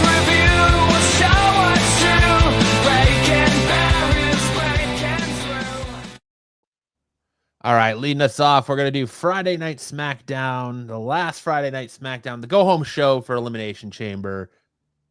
We got to see the show open with Trish Stratus in the ring in her hometown, which led us to Trish Stratus versus Chelsea Green with Piper Niven, with the no contest after Nia Jax and Candice LeRae interfered. Solo Sikoa got the bloodline and an opportunity. He wants Jacob Fatu to win the United States title, and he's doing this to show how he loves Jacob. I love you, Jacob. Yeah, he says it just like that too. That's really good. I love you. That's really good. The Rock provided Cody Rhodes an extremely luxurious room for the night. R-Truth happened to be there, and Cody let him go and treat himself. If they don't find a way to put R-Truth in this John Cena storyline, man. Oh, man, the dude is so that's his childhood hero. funny. I've met him so many times when he was in ROH. He's just a funny dude, man. Like he's really like that. You know what I mean? Like he's really like that. And I mean, he's not like he doesn't have Jimmy's running around. And he's not really so dumb, but I'm saying he's a funny guy, man. That shit with LA Knight. I'm sorry, but that was my favorite segment when he came out and he was trying to say that LA Knight was from Louisiana, and he gave him the hoagie and all that shit. That was some funny shit, dude. The dude's just funny. Have you guys ever watched any of the R-Truth like YouTube clips where they show all the funny stuff he's ever done? Like where you think he's gonna Brock Lesnar's gonna beat his ass, but he's like, I'm gonna throw you over the top rope, Paul Heyman. Yeah. Really good shit, man. So I hope they find a way to get him in there somehow. You know, R-Truth deserves his WrestleMania moment someday. You know, he's a classic, man. I really think he needs a good.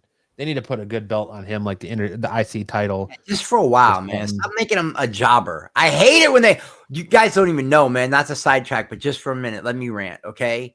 Years, I would get so pissed off, okay? Because my boy, oh my God, I forgot his name. Sorry, guys, I took a gummy.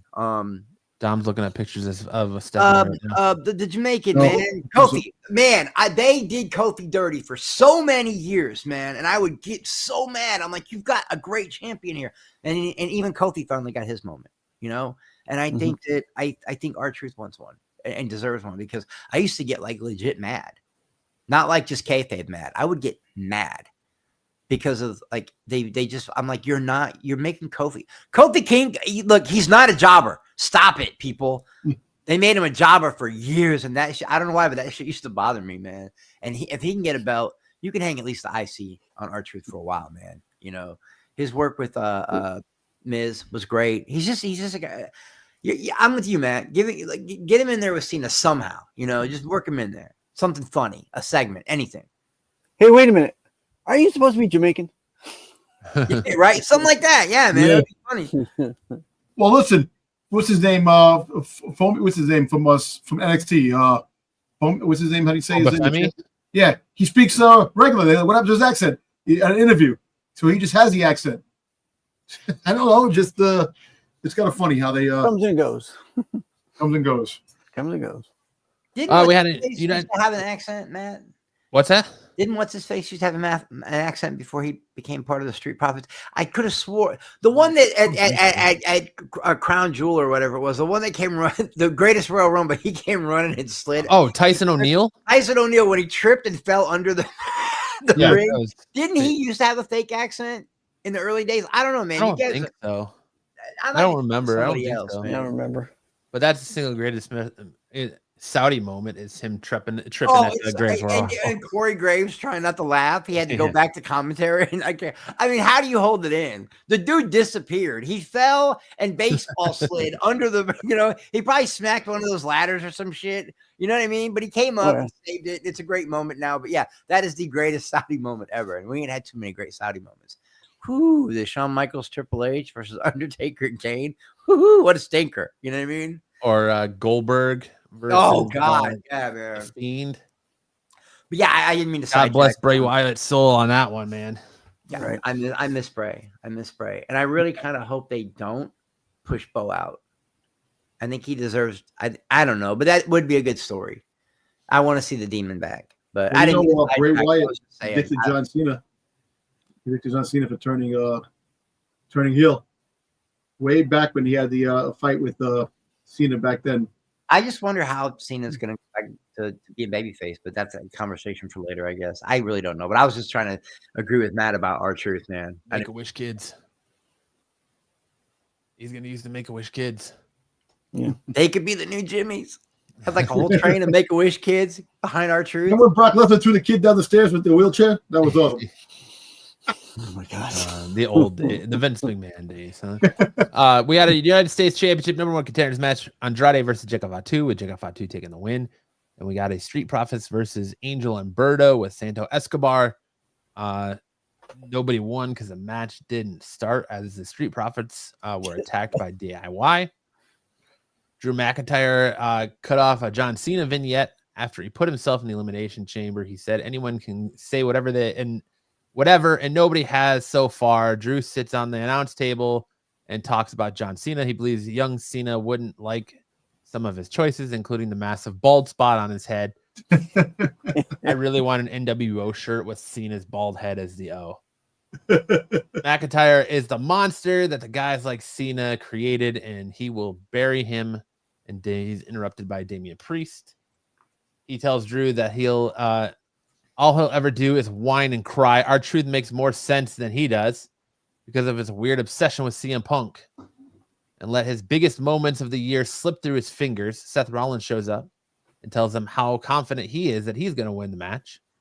It's CM Punk's time to interrupt, and there's a lot of good signs in the crowd. That was a great segment. That was a great segment. Yeah. I loved when he was like, well, what are you going to do if you lose, Drew? You're just going to come out here Monday and whine about it. He also called Seth Rollins an oven mitt, like an oven mitt. Yeah, he did look like an oven mitt. I personally love the sign in the crowd to the right of Drew that said Drew McIntyre wipes from side to side. I didn't see that sign. Yeah, the signs are great, man. Punk warns each of them that while two of them are obsessed, he's obsessed with going to the main event of WrestleMania. Now we can have someone buy souls, and someone's dared to ask him for the same. They're dealing with hell in a cell CM Punk tomorrow, and he wouldn't blame them for not showing up, much like Cena on his retirement tour.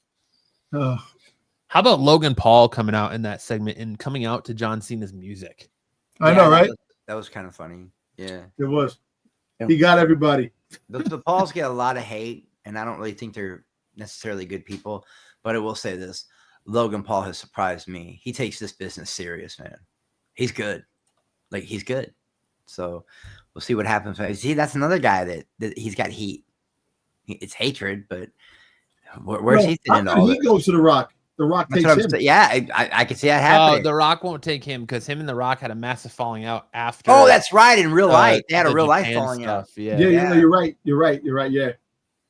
I don't know if they ever squashed that or what, but after the Japan stuff, like he was doing a lot of stuff with The Rock, and then like The Rock asked him to remove him from his social media, take everything they've done together down. The Rock didn't want anything to do with him, so I don't know if he'll have. The Rock has a better chance of getting Van Diesel by his side. Yeah. It's all about family. Family. You stole it from me. I was going to say that. Family. KO appeared on the Titantron. He stood in the ring at the venue for Elimination Chamber. Kevin says that he's not a bad guy, but everything he gets, Sami Zayn gets tomorrow, is deserved. It was a good little promo. Yeah, it was. The Miz tells Cody that there are so many more levels to Hollywood. You better take The Rock's offer or somebody else will. Which led us to the United States Championship #1 contender match. Braun Strowman versus Carmelo Hayes, with Carmelo Hayes picking up the win via DQ with an assist from the Bloodline. We got Bayley, Bianca Belair, and Naomi versus Liv Morgan, Raquel Rodriguez, and Roxanne Perez. Seeing Morgan, Rodriguez, and Perez pick up the win. Alexa Bliss surprises Roxanne Perez and drills her with a Sister Abigail. I love Alexa Bliss's new Sister Abigail DDT. Yeah, it does look good. I'm happy she's back, man. She's a tiny little thing, but she can do some damage. You know what's funny? They go back to the Miz talking to Cody and telling him about Hollywood. If he goes, there's many plans to Hollywood. If you don't take it, someone will. That kind of like foreshadowed it too. If you think about it, Hollywood, John Cena. John So Cena. kind of like, It's the know, it's those the little- elites. You know, it's those the Hollywood little things- elites. That's exactly what they're doing. They're those little working their those little droplets that you look like here. Who would have thought when The Rock beat the shit out of Cody Rhodes that one Raw, in the background you had John Cena on the side of the truck, and it was like showing you right there, like the all the tails the tail yeah, signs. the breadcrumbs later on that. Yeah, it's hindsight. You also yeah. have Austin on that truck too. I know. So Austin, you have that. So you never know. Like I said, they might twist and turn. You might think Austin might be joining. I doubt that. I really doubt that that's going to happen. I think there's a bigger picture with other characters to be involved in this. I'm telling you, like I feel like they're gonna go the Vince McMahon meets Hollywood elites angle, and that's gonna be the Rock stable. Like I just feel like that's what they're working for, because they've already done it. John Cena's he's not the Rock, but he's a pretty big name for a while there in Hollywood. He was, and as far as like Stone Cold, I don't know, man. LA Knight. LA Knight, yeah, that. There's some L- people you can turn heel and it works, like Roman, Cena, and then you saw that they tried it with Austin and it didn't work. Some things just you can't turn them heel. I don't think they'll ever do that with Austin again. There's another big shock that's coming, and that's going to happen. And then, like I said, the other little things are going to fall into place. But we have one more big shock. What is it? What is it, Dom? Mr. All-Knowing. Like I said, it's another shock that it's either going to, like I said, it's either going to be, like I told you, like LA Knight with Ethan Page. Ethan Page. I like Ethan. Look, I like Ethan Page. Ethan Page deserves much better than what he's doing his thing in NXT. But I think another nickname for you, Dom. I got What? it. You got the Dom Spears, but then we got like when we want to hear one of your actual theories. You predict in the future, you're gonna Nostradam us. I love it. Yeah, Nostradamus, the guy that can predict the future. Yeah, that's what you should change your name to. Nostradamus. Nostradamus. There you go. Nostradamus. There you go. I love But no, there's some other things coming. We'll see what happens. It could be a female, Becky Lynch. Maybe that's not a crazy theory. I thought that first. I was like, man, Rock could get Becky. She's kind of trying to come back now. She's over the mom stuff. She's happy. Her man's in there still. Like I could see The Rock trying to get Becky or someone like, I don't know, man. It's been tried in WCW. It's been tried here. It's all been tried before. Old school meets new school. I could see The Rock going after someone like Trish, or Becky, or the old guard, the elites. I don't know, but then that might not be a good storyline, You're right. Like everybody's talking about Seth Rollins. Maybe his wife becomes part of the Rock stable. But I would like that. I would like that. What was it called when it was Stephanie and Triple H and the Authority? Authority. Yeah. I can see them like working an Authority angle, but more with the elites or whatever. But the problem is I think Triple H doesn't want to rehash the same old stories. Well, if you can rehash some stuff, but if you do it a different way, a different twist. And I think The Rock is doing it a different way. Like I said, every time there was all these different stables. You had the corporation, you had the Authority, so you can make the stable that The Rock is going to have. That The Rock, when he shows up, he build up at the stable, and then when he's off television, the stable will take full advantage of what they're doing. Yeah, that's and you the media to push the plot. I mean, it could be fun. Drop little hints. But it's all speculation. It's all theory. I tell you, I don't think any of us know what's going to happen. You know what I mean? I don't think any of us really know. Well, certain things we know. Like I don't see Rhea not being in WrestleMania. Like that's something we know is going to happen, unless she really is injured. The Dom Conspiracy is correct, and she is hurt. Well, we'll see. She just got back. So then we got United States Championship #1 contender Jacob Fatu versus LA Knight versus Carmelo Hayes, with LA Knight picking up the win. CM Punk encourages Cody Rhodes to follow his heart by taking The Rock's offer, turning it sideways, and sticking it straight up his candy ass. Yes. Michael Cole talks to Cody Rhodes at the ring about The Rock's offer. He's being given a special gift, which is a specialized red truck. The Rock appears in the Titantron and tells Cody he knows he will do the right thing. He knows Cody likes driving on the dusty roads. The Rock has been talking to his daddy all week long. and he knows he will do the right thing. And he has all the ingredients to make his dreams come true. The Rock will see him tomorrow. Yeah, the truck thing. I got to be honest, man. Do you guys like it when they remember the 316 truck and the? Yeah, I know. I don't like it when they put a big sticker on a beautiful vehicle and then here's your gift. I don't know. Like if I'd ever won that 316 truck, the first thing I would have done was take the 316 off of it. I'm not driving around with a Stone Cold Steve Austin truck. Okay, aside, I like that. I like the cars that are given to the wrestlers. Like remember when Brock Lesnar ripped the truck, the door off the car, threw it, hit the fan back in the day. Oh yeah, that was a while back. Yeah. I don't know. Basically at the end, I like those things, those little things, like the car that freaking Eddie Guerrero had. Oh, I loved his cars. His cars like that. Freaking Lowrider when John when John Mayfield came out with the freaking his horned car, like freaking Layfield. How about the WrestleMania entry? That great wrestle, because Triple H always has the best entries. When he came out, and then John Cena, he tried the gangster thing from Chicago. That was okay, but when he did the Mustang, remember the drifting Mustang? That was pretty cool. That was pretty cool, man. But I don't know. The Rock being like, "Here's a truck," because you can't afford one of your own. Like I don't know. That promo was all right. He's getting ready to get on his private jet, and he's got the belt, and I guess it was all right. I don't know. I didn't really. I don't know how you end the show. I guess it's smart to end the show that way. Like, what are you gonna do, Cody? Yeah. We all knew what he was gonna do. We all said that Cody was gonna decline the offer, and we didn't know the ramifications of declining the offer that John Cena was gonna turn heel. We weren't prepared for that. Right. I don't think anybody was prepared for that. I think that's what made it so good. There you go, Dub. I watch SmackDown lately. I don't know. Raw's finally making a comeback, but there for a while, SmackDown felt like the flagship. All the better. You know why? SmackDown. The Bloodline storyline. That's why. Yep. Makes perfect sense. That's the problem. The Bloodline storyline really. Oh. That's the thing. That's why Raw. Like, I'm very surprised that Raw, that Roman Reigns is on Raw more than he is, and that's what they wanted. They wanted him. They wanted the Bloodline on Raw, and I don't know. Yeah. Maybe got things down the road. Maybe they're just doing this down the road to see what's what.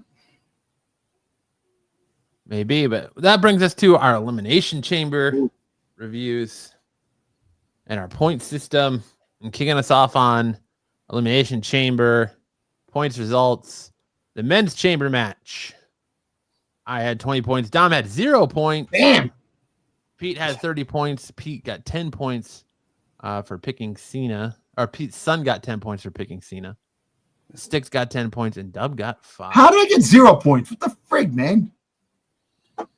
Didn't you say CM Punk was going to win? Goose egg, man. Yeah. Jeez. Yeah, I will tell you now, when I watched the video back, you didn't do any for the men's anyway. You didn't do any pinfalls.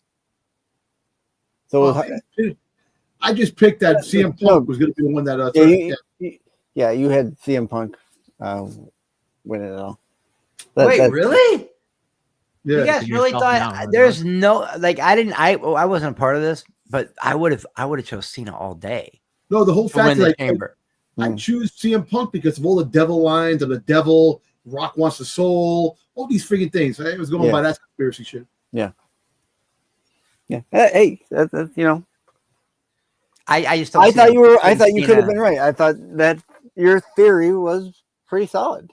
Yeah. And then but how would Cena have gotten to Mania then? Because he's going to be at Mania. I know. That's what I think too. Storyline, long-term storyline. We don't know which way. We don't know what's going to happen. Anything can happen. And then Triple H loves to cook, man. He is definitely. His storylines are like freight trains, but you get the payoff in the end. It's a slow burn, and it's always been that way with Triple H. Always. So yeah, you guys are definitely right about that. Yeah.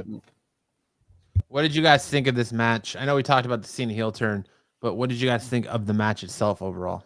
I really liked it. I thought it was a good match. I thought that I think you're kind of burying a great talent like Drew. for the storyline. I get it, but to have him be not only, you know, whining all the time, but then he's the first to get pinned. And if I'm not mistaken, was it Seth or Logan who pinned him? Who got the pin on Drew? Wasn't it?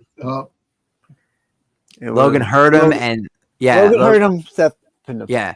And I'm just like, wow, you're kind of doing Drew dirty, guys. He can only be the whiny baby for so long, man. You know, like it's good for storytelling, man. Because now he'll come out and bitch. He'll come out and bitch on SmackDown this week. Mm-hmm. And I thought Damian did really well. I can remember not liking Damian, and he's really won me over. Like I really like Damian Priest. But I did have Cena winning the whole thing. But I thought it was a really fun match, man. And that curb stomp at the end was super cool. Yeah, that was. Like it was really cool, and the way Cena capitalized on it, really cool. Yeah, overall, I like the fact that Punk lost again. See, I like the way this is going. Like I said, I didn't expect John Cena to friggin' win and be heel. Right. Him winning the Money in the Bank and cashing in would have been more of the most logic way, like Matt said. With the Money in the Bank, selling it so well after the win. The Rock comes out. Cody tells him to go fuck himself. John Cena's clapping, yeah, baby. And then he just changed on a dime when he hugged him and looked at The Rock. And I went, oh, no. Like, I remember screaming at the TV. And it almost felt like his entire physical body changed. He went into straight Terminator mode. So I love the memes now. It goes, when I wake up in the morning to go to work, when I'm coming home. And you got the face. Yeah, it's really it was the other way around. It's told a good story. I thought the match was. I would have gave that. It's not match of the year, but well, it's the turn of the year. It's the heel. Definitely a turn. The turn of the century. Shit. Almost the same, exactly, because no one saw it coming. Unless there were some people that actually really saw it coming that he was going to turn heel. Winning the match, that was more people, but they did not expect him turning heel. That was you can always say, "Oh, he's going to win the match," but to say he's going to turn it, no. I never saw it coming. I didn't. I thought they might do it, but then my body, I kept telling me, no, they're not going to pull the trigger. There was very little breadcrumb out there. No breadcrumbs at all. Yeah, you're right. It just happened out of nowhere. If you want to say that, like even the Miz's little promo about someone taking it might have been sort of a breadcrumb, but even that didn't even pinpoint. Well, I think that breadcrumb was pointing at Punk. Everyone, you listen to all the dirt sheets, all the talking heads like us. Yeah, everyone I watched said Punk's winning. Did you see them break character for a split second in the ring? That was like a genuine thing. When John was like, when John Cena goes, I missed you, and Punk goes, I missed you too. like they meant that shit. That was a really cool moment, man. I don't know. I enjoyed that match, Yeah.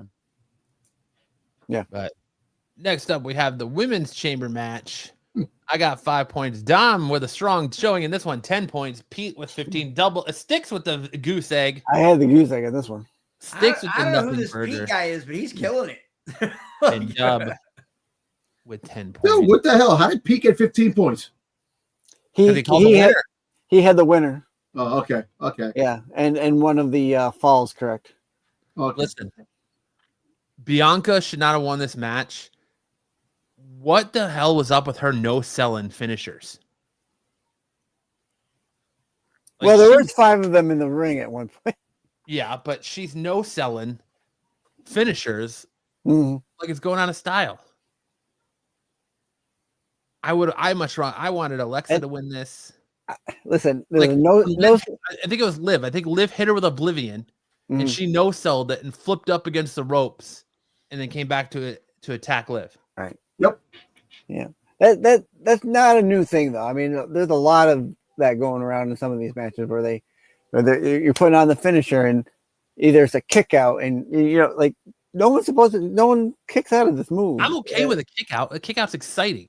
I don't like no selling. Don't no sell the finish. Yeah. Yeah, I'd rather have overselling than no selling. Yeah.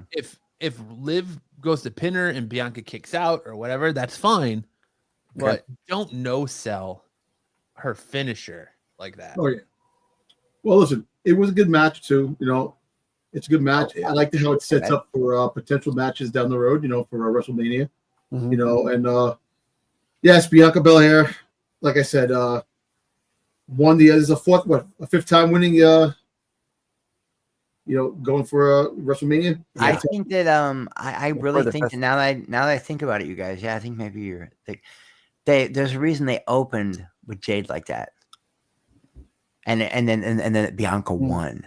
I think that does go into the storyline. I think we're gonna get heel Bianca, or at least we're gonna get something like that. I don't know, man, because she's like, I'll never go heel, but I think she maybe had something to do with that beatdown, or Naomi comes in and turns heel on her.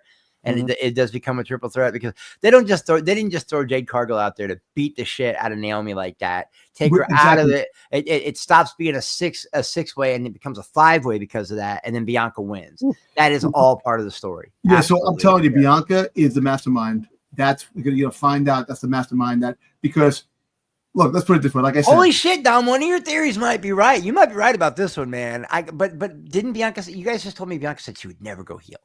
But maybe that's she's selling it just to see her face, how it changed. Like she's worried about the championship. Like she was all distraught that Naomi got her ass kicked, but then she stopped and went. And you know what? Like I said, the WWE is good for throwing swerves and turns. Maybe who knows? Maybe it could be somebody else that was lurking in the shadows, and maybe Bianca Belair had no clue who the hell is somebody else that's it was Triple H. It was Triple H the whole time. What if Jade comes out, takes out Bianca like the week before Mania, and they put her in the triple threat match and she wins the title? Who? Jade Cargill. Oh. And she wins the title, and then she becomes the heel, and then when Bianca comes back from her injury, they have their one-on-one match. Yeah, maybe. So many possibilities. I wish Alexa Bliss would have won this. I wanted Alexa or I don't know. I just feel like See, I don't think Roxanne or Raquel. These are two women built that could go up against Rhea, and I was thinking Rhea's not going to lose the belt. But then guess what happened? Rhea lost the belt. So now my mind's like I don't even know, man. But I do like Alexa a lot. It seems like they have big main roster plans for Roxanne Perez whenever she actually gets her official call up, though, because she looks strong in the Royal Rumble and she looks strong in the Elimination Chamber. So yeah, and I got mad love for Roxanne. I think she's right there. I think she's right, knocking on the door. She'll be there. So. But I like Raquel too, man. Raquel's a powerhouse too. I like how big Raquel is. But the one everyone's waiting for, I'm not going to shy away from it. I'm not going to stop saying it. The one everyone's waiting for is Jade and Rhea. It's the one everybody wants. Yeah, it is 100%. It's the one everyone wanted since she came into WWE. Yeah. Yep. And oh my God, when it finally happens, guys, I don't mean to mark out. No, that's a lie. I absolutely totally mean to mark out. That's going to be such a good match. That's going to be so good. Dom will have to tell his wife to get the drool cloth ready because he'll have to have his mouth wiped every 5 seconds. Yeah, definitely. Give him a bib. Give him a bib, Giggles. Well, I'm wondering if I got to be honest. I don't know if Rhea. I'm starting to think Rhea might do it on purpose because she's had a couple little wardrobe malfunctions. She's had we call it a ninja slipper, but most people call it a camel toe. We call it a ninja slipper where I'm from. She's had those moments where it's almost like is she pulling her shorts up into her on purpose? You know what I mean? I hope this isn't a family friendly show because I'm about to it's not outlandish shit. But have you guys seen some of the still frames you get? I know. And you see it with a few, and then you'll be like, and then you'll just see the caption, "I love women's wrestling." But when it's Rhea, it goes viral every time. And I'm just wondering, like, is she doing this on purpose? Well, I'll tell you what, man. I'll take Taco Monday, Tuesday, Wednesday, Thursday, Friday, Saturday, Sunday, any day. I'm telling you, there's something about her. Listen, look at Tiffany Stratton. Her thing's so locked in there. I don't know how they haven't popped out before. She had one more job malfunction a few weeks ago on SmackDown, but like, God bless the tape she uses to keep those bad boys. Yeah, I don't know how. And tell you what, she's a great wrestler too. And everybody there for a while was getting sick of the carbon copy blondes. As a matter of fact, that's why Rhea changed her whole look. Gorilla glue, son. Yeah, but with Tiffany Stratton, it works. Nipple Velcro. She does the ditzy blonde thing really well. Who's the other one that I don't know if it was her idea, but every time there's something fresh, here, dear, have a piece of chocolate. The AEW girl. Which one? Are The you one that talking talks about- with that The transatlantic puppet? accent. Tony Yeah, man, that angle she's working is With so Tony Storm? it's so smart, that angle, and I love it when there's something fresh like that. But for some reason, Like 20 Storm. Tiffany is doing the ditzy blonde, but she's doing it perfect, and she's super over. Listen, I watched the women's wrestling for the story plot. Toodles. Oh, me too. I read it for the articles. Absolutely.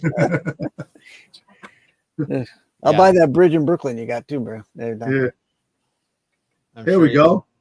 Because I didn't Yeah, think but- Tiffany was going to get over. I didn't. I was one of the people that said she's. I used to tell my friend Troy and my Thanks, guys bro. Mo, and they do a wrestling show, Mo and Cage, and I always tell those guys, man, this Tiffany girl's not going to get over. Boy, was I wrong. Boy, was I wrong. You know. But you know what? Listen, this was the best chamber match, best chamber pay-per-view. For We've women. In a Both- long time, my favorite will always be. Come on, you guys. I don't know if you guys know this about me because I haven't done the wrestling team with you guys, but I'm a massive Shawn Michaels stan. I from a kid. That's my favorite Elimination Chamber when he won the belt. But this is probably my second favorite one ever. This one right here. Gizzle. I mean, come on, you guys didn't think that was great. I know it was 20 some years ago, but you know, did you guys not mark out when Shawn came back and then got the belt? You know, after being gone 5 years, that was a great moment. You know, You know, listen, and then he went on to have the two greatest WrestleMania matches of all time afterwards. Shawn Michaels is the GOAT. I don't give a shit, dude. GOAT. we talked about him last week or 2 weeks ago about the he had 1 or 2 more matches in the film. You know, I just love him, and then people are like, but he was such the assless chaps, Chris. And I was like, I saw past that. Bell to bell, name me one better wrestler than Shawn Michaels. What's wrong with Ashless Chaps? He's a sexy boy. Yeah, he's a sexy boy. you Yo, know? him and Sherry, Sexy boy. yeah, sexy boy, not my boy toy. That mullet and that dangly earring and the assless Oh. chaps, though, it was very Blue Oyster. If you guys are in my I area, know. you I guys know what the Blue Oyster is. From Police Academy. Which one of you did that? Which one of you did that? Did them? Sticks, Dub I said- knew it. Shawn Michaels yawn. Oh, come on. That made me laugh. I needed that. That's like I laughed from a good place right there. That was a good one. Because I feel like I'm gonna age myself out and people are gonna be like, what analogy is What are you Chris trying talking to about? make? Yeah. But we're older guys. I like that. Next up, we had the women's tag team match: Tiffany Stratton and Trish Stratus versus Nia Jax and Candice LeRae. I picked up 10 points. Dom on the board with 15, Pete with 15, Six with 15, and Dub with 10. Uh-oh. Oh, geez. We got the Everyone had them. boring. Right. I thought Trish was gonna pin Candice to pick up Yeah, the he win in Toronto, but Mhm. oh, they had Tiffany pin Nia clean in the middle of the ring. Didn't I Yeah, say and that? I think that's smart. You know, it shows. I think that's smart. It shows that you're not gonna heal out Tiffany just yet. You know, and you're gonna make her look like she actually knows what she's doing because she's going into Mania. You can't have her do something dirty or not get. But she pinned was a for heel. Mania. Yeah, she's already been. She the heel. was. Well, she heel. was snotty But and she was she's a still heel. a heel. But- Even in a way, she's kind of still I a don't heel. know. I think She's kind of a she's- tweener now. Yeah, Yeah, there you go. she's- She's a tweener. Yeah, Has a slow burn babyface run Yeah. coming. that's what's because happening. That's what I was Charlotte's gonna going to say. be the heel of that. Charlotte's. Yeah, I gonna like how be they the put it heel. right there in front. Jeez. So having puppies, Tiffany baby. get pinned, having Tiffany get the Sticks, pin do on me a Nia favor was and very dump a smart. glass of cold water on Dom's head. He needs to I know, cool it a right? little bit. Yeah. Get my squirt gun. Hey, Looking at that picture though, now I gotta wonder, like, how the fuck does she keep those in there? I know, right? Huh? God bless. Nipple. And Velcro. I don't understand this whole what's with this whole like unitard thing. I don't get it.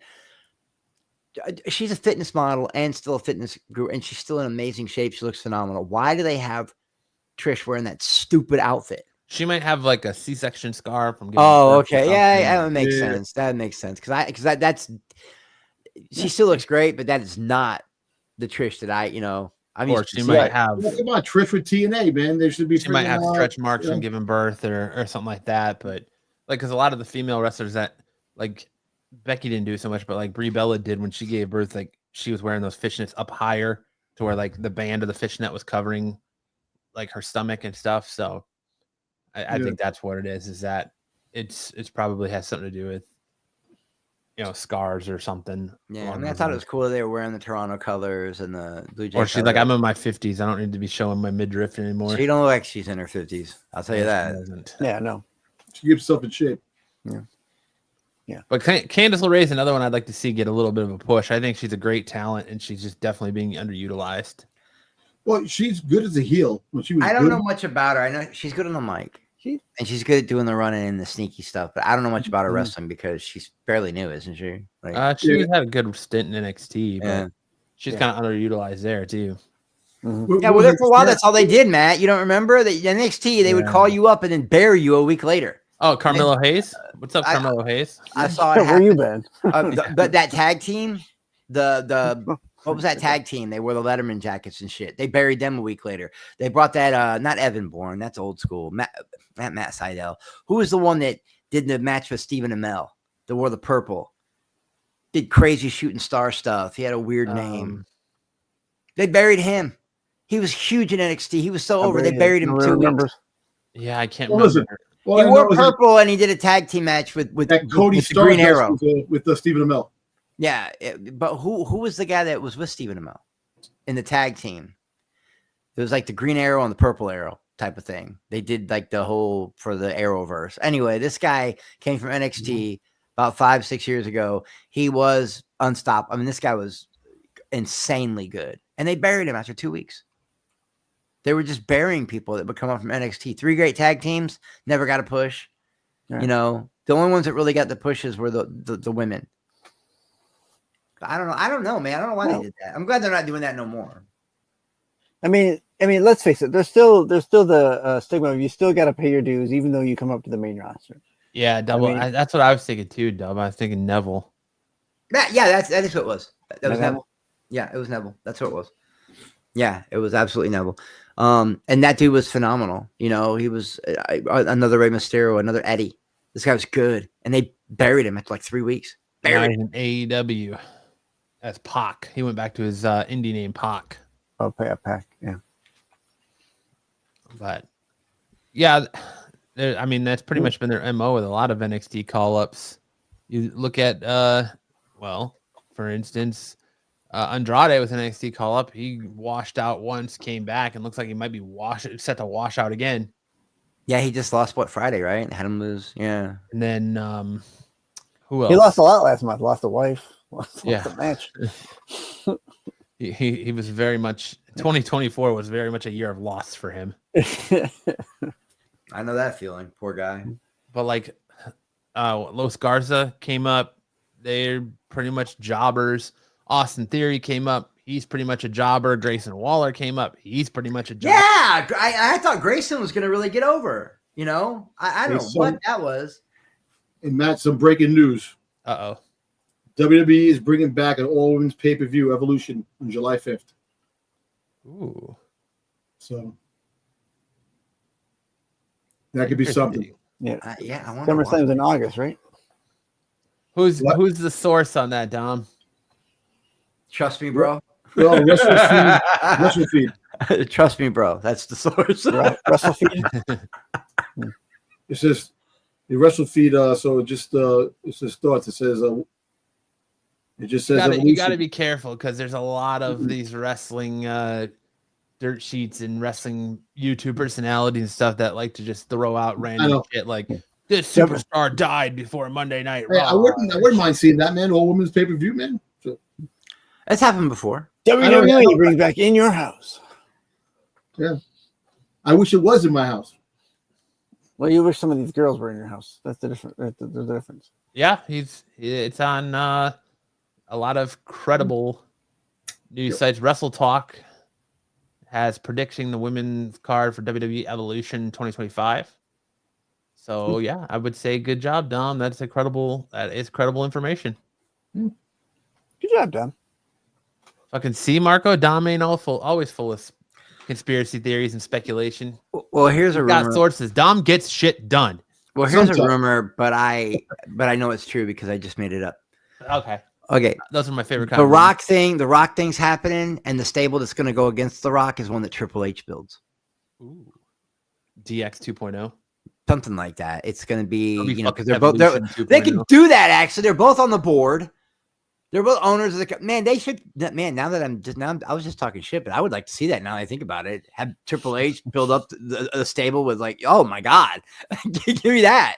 The Rock and Triple H one more time. I mean, I know Triple H can't wrestle anymore, but he can still go out there. They're gonna have Evolution again and wheel Ric Flair out there, and there you go, man. Get Batista back from his Hollywood run, and have Batista have to choose a side. Do I go with Hollywood or do I go with my old friend? Well, listen, freaking Ric Flair's having a convulsion. You don't want John Cena to break his record. Yeah. well, I was gonna say, didn't he come up on Twitter? I think it's gonna happen, and I think John deserves it. it needs to happen. Yeah, and I think John deserves it. I'm sorry. I mean, Flair has brought a lot of black marks on the business. I think it needs to happen. Let him break it. Who cares? Meanwhile, a guy like Cena has been a Boy Scout. Yeah. Right. And plus, he deserves it. I mean, 20 years he broke his back for that business. And he had a big long losing streak too. Remember that? Yeah, he was trying to put people over. Who was the last guy he tried to put over when he wrestled? Solo Sikoa. Yeah, Solo Sikoa. I mean, and John's about business. I really want him to win that belt. Me 17 time. But I want him to do it in a very dastardly way that fits his heel turn. Yeah. Oh yeah. That's we need it. Then we got our unsanctioned street fight: Sami Zayn, aka El Generico, versus Kevin Owens, aka Kevin Steen. We all sucked at this one. Matt got a goose egg. Dom got 10. Pete got a goose egg. Sticks got 10. Dubba got a goose egg. I think because we all probably picked Sami Zayn, huh? Yep. Except for you two. Yeah. And what did we say about Randy Orton coming out? We did say about Randy Orton coming out. Yeah. I loved it. I loved it when he comes back. He's always in my. We used to do not tier lists, but like our top 10s on the other wrestling shows. And one time we did best heels of all time. Now I will always say I think Edge, but right under Edge is Randy. Like it's a toss up, and he's always been my favorite heel. I love it when he goes babyface for a while. And him coming back, I was happy to see him back because I love Randy Orton. No love for Punk, huh? Punk. We're living in an era that we have a heel John Cena and a babyface Randy Orton. Yeah, that's crazy. Right? Think about that. Yeah. and I'll tell you, you guys did say that Randy was going to come out, but the only reason, and I didn't give you any points for that, extra points on that, because he didn't come out during the match. He came out after the match. You're stingy. That's why you didn't. Well, no, I'm He's a stickler Tell me for what you the want. rules, guys. Yeah. He can have And that. Had he interfered and had something to do with the match, I would have given you points. But he came out after the fact. He looked like he's in good shape too. He came back freaking Yeah. Did you guys like this match?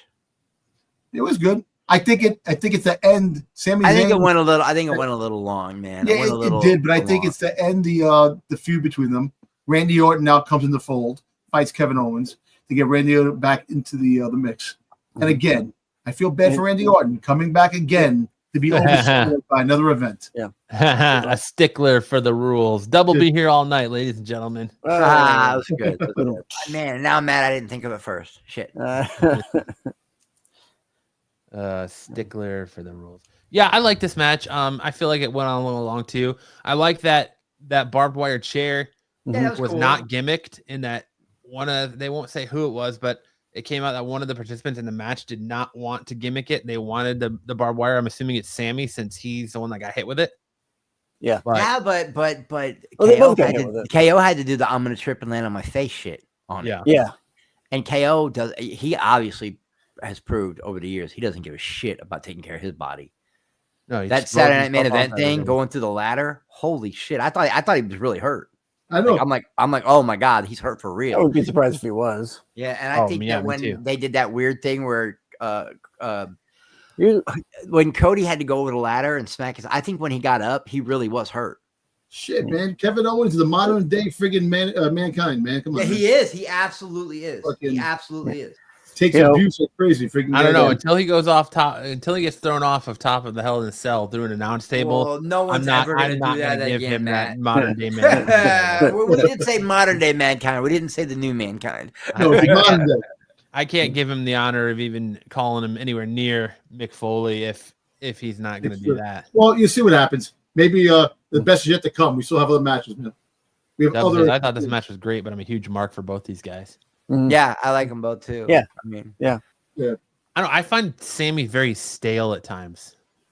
I find his Very storyline He- stale. he's an up and down guy. I mean, Yeah. when he's up, everyone loves him, and then he kind of slides down. But then he always ends up coming back up again. Like, it's Yeah, because I conspiracy couldn't theory wait thing. for him to get done with the whole conspiracy Well, communist. well, they're shit. always. I they're hated always, that storyline. Yeah, they're Listen, always he's gonna trying go to back weave him as- into stuff. You know. He's gonna go back as a Sami Zayn when he was in the field calling people crackers. Yeah. Good. I mean, Revolution We will don't need to begin. go that far, Dom. I know, no, but that was funny. That young Sami Zayn. Maybe I when he- should start censoring Dom.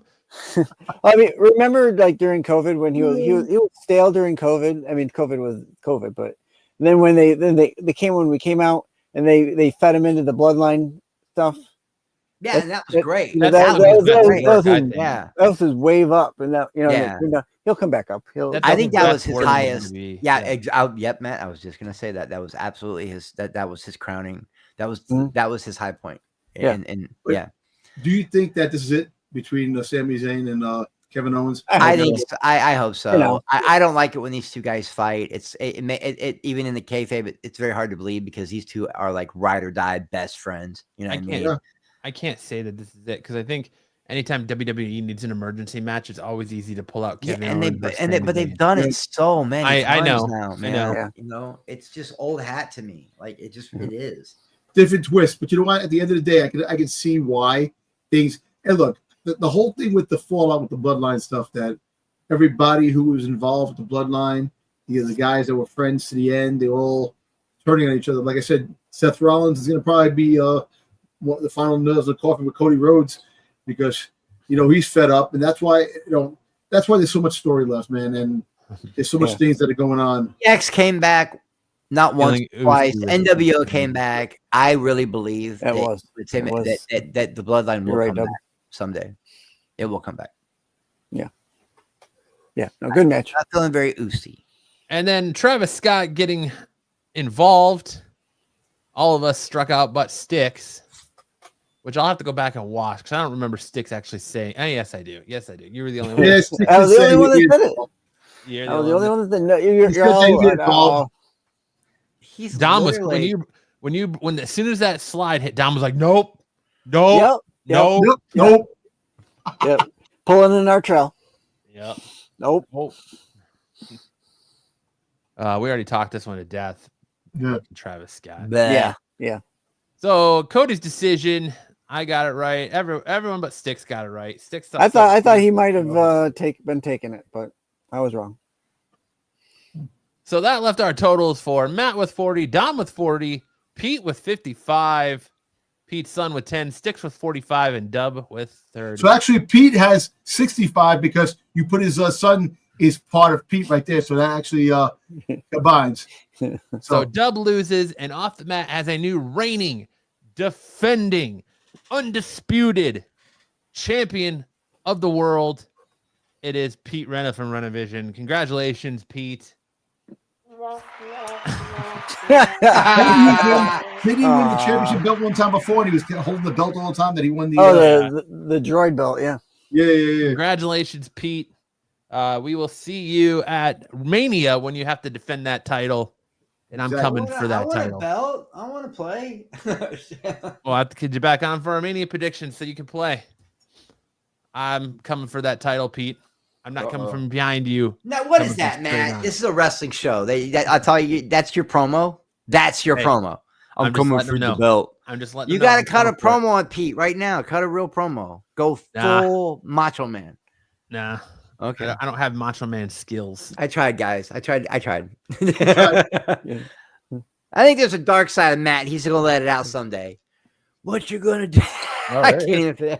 I'm just waiting for 20 years so I can have my There heel you turn. go. There you go. Dom's got a promo on him. I figured Dom will want this belt. I want it one day. I'll get it. Don't worry about it. Come closer to Mania. Dom's biding his time. No, you know what? Biden Good we- promos the day- on. The day we do the Mania predictions, I will have the promo. Oh, there you go. Dom is waiting in the car right now for Yeah, someone to leave so that he can run you over and then say it was me the whole time, you dumb son of a bitch. I did it. I did it for I the did it for The Rock. But to this day, greatest promo ever, The Rock, when he did all the impressions.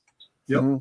You know, that's big slow. the best one. Oh, that one makes me laugh too. He couldn't get away with that no more. You come out and you do something that absolutely amazes The Rock. You put your fat meaty hand in the air and you go. Listen, the greatest promos was The Rock and friggin' Jericho against Rhino and friggin' Booker T with Stephanie in the ring. That was one of the greatest things. That was a good one. Yeah. The one he did against Billy Gunn too. He buried Billy. Oh, yeah. Or Billy the short bus. Meat, like he buried him. But the one What he about did before the NWO? Armageddon.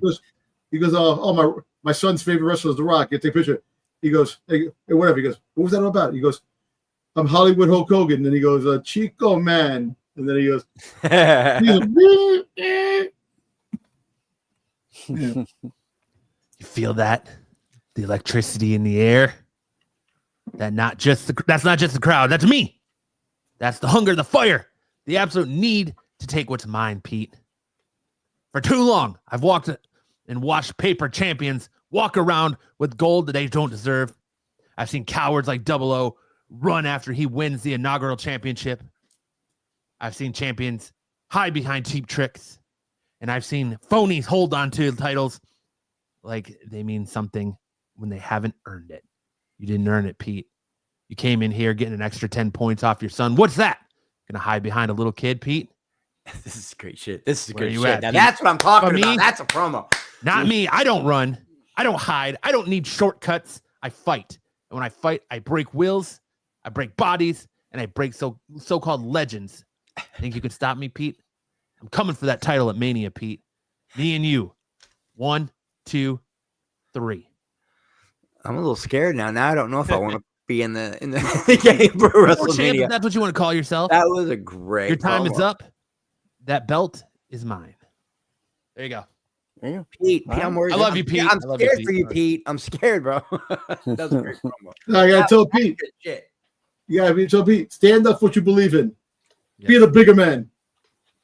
Yeah. And it was almost a heel promo. That was very Stand similar. up for what you Matt. believe in. Good Be the bigger job, man, Matt. even if you have to jump on your soapbox to be at eye level with me. I'm coming for that title, Pete. I'm here. Shine it up And real you're nice. here. Yeah. You're not on my level. Shine it up real nice because Papa's coming home for his trophy wife. Ooh, there you go.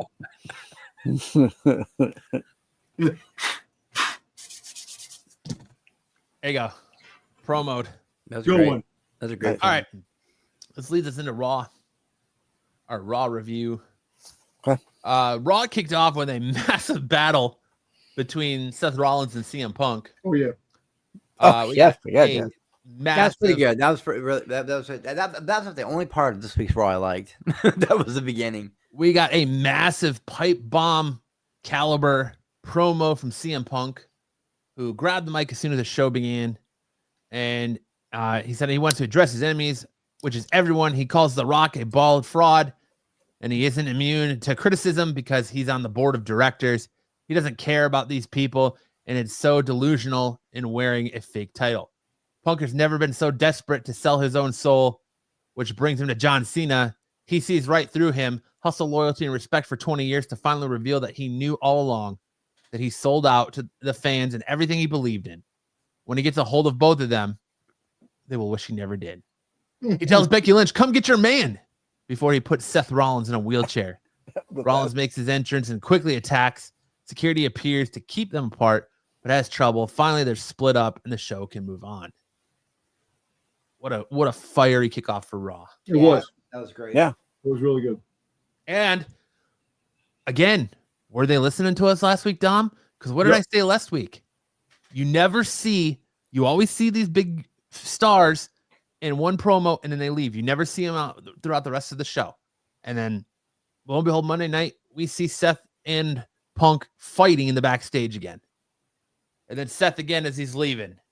So I think they're listening. They have ears all around. I'm not going to get a big enough head and say they're listening to our measly little show, but you know, Big Brother's always listening. They're watching. Then go ahead, Dom. They're watching. They're watching. They know. You know, as little as this this wrestling channel is right now, people are watching, and They're watching for your Nostradamus. Yeah, Nostradamus. Yes. Thomas. Then we got Gunther versus Otis, as Otis tried to seek revenge for Akira Tozawa. He said it wasn't about the title match. It was just about getting retribution for his buddy. There you go. But the winner was Gunther. Mhm. Gunther attacked Otis after the match, but it was stopped by Jey Uso. A-Town down under, blindsided Jey, and it allows Gunther the opportunity to take him down. Oh wow, guys, I'm sorry. My brother's here. I You're good, haven't man. seen him Thanks in a while. for hopping on. Thanks for hopping on, Chris. Thanks so much for having me on, guys. And Thank I'll come on You're welcome anytime you invite. anytime you want, man. Hopefully, we don't have problems with the link next time. But yeah, thanks for having me on, guys. Yeah, All right. anytime Yeah, you man. want, Take care, You're Chris. welcome. Man. We'll take you next time. All right. All right. Then we had AJ Styles said he can't believe what happened with John Cena. Karrion Kross interrupts him and asks, what's he going to do next? Styles plans on calling out Logan Paul for the Madison Square Garden show next week. Hmm. We got a I women's. would like to go to that show. But Do it. Yeah. John. but it should be fun. I That's feel like where I'm Nostradamus. You listen to my wrestling show. You've taken my ideas. Let me in the building. Free ticket. Don't you know who I am? I'm Dumb Tober. Yeah. You know what the crazy thing is that Madison Square Garden shows usually bring some surprises.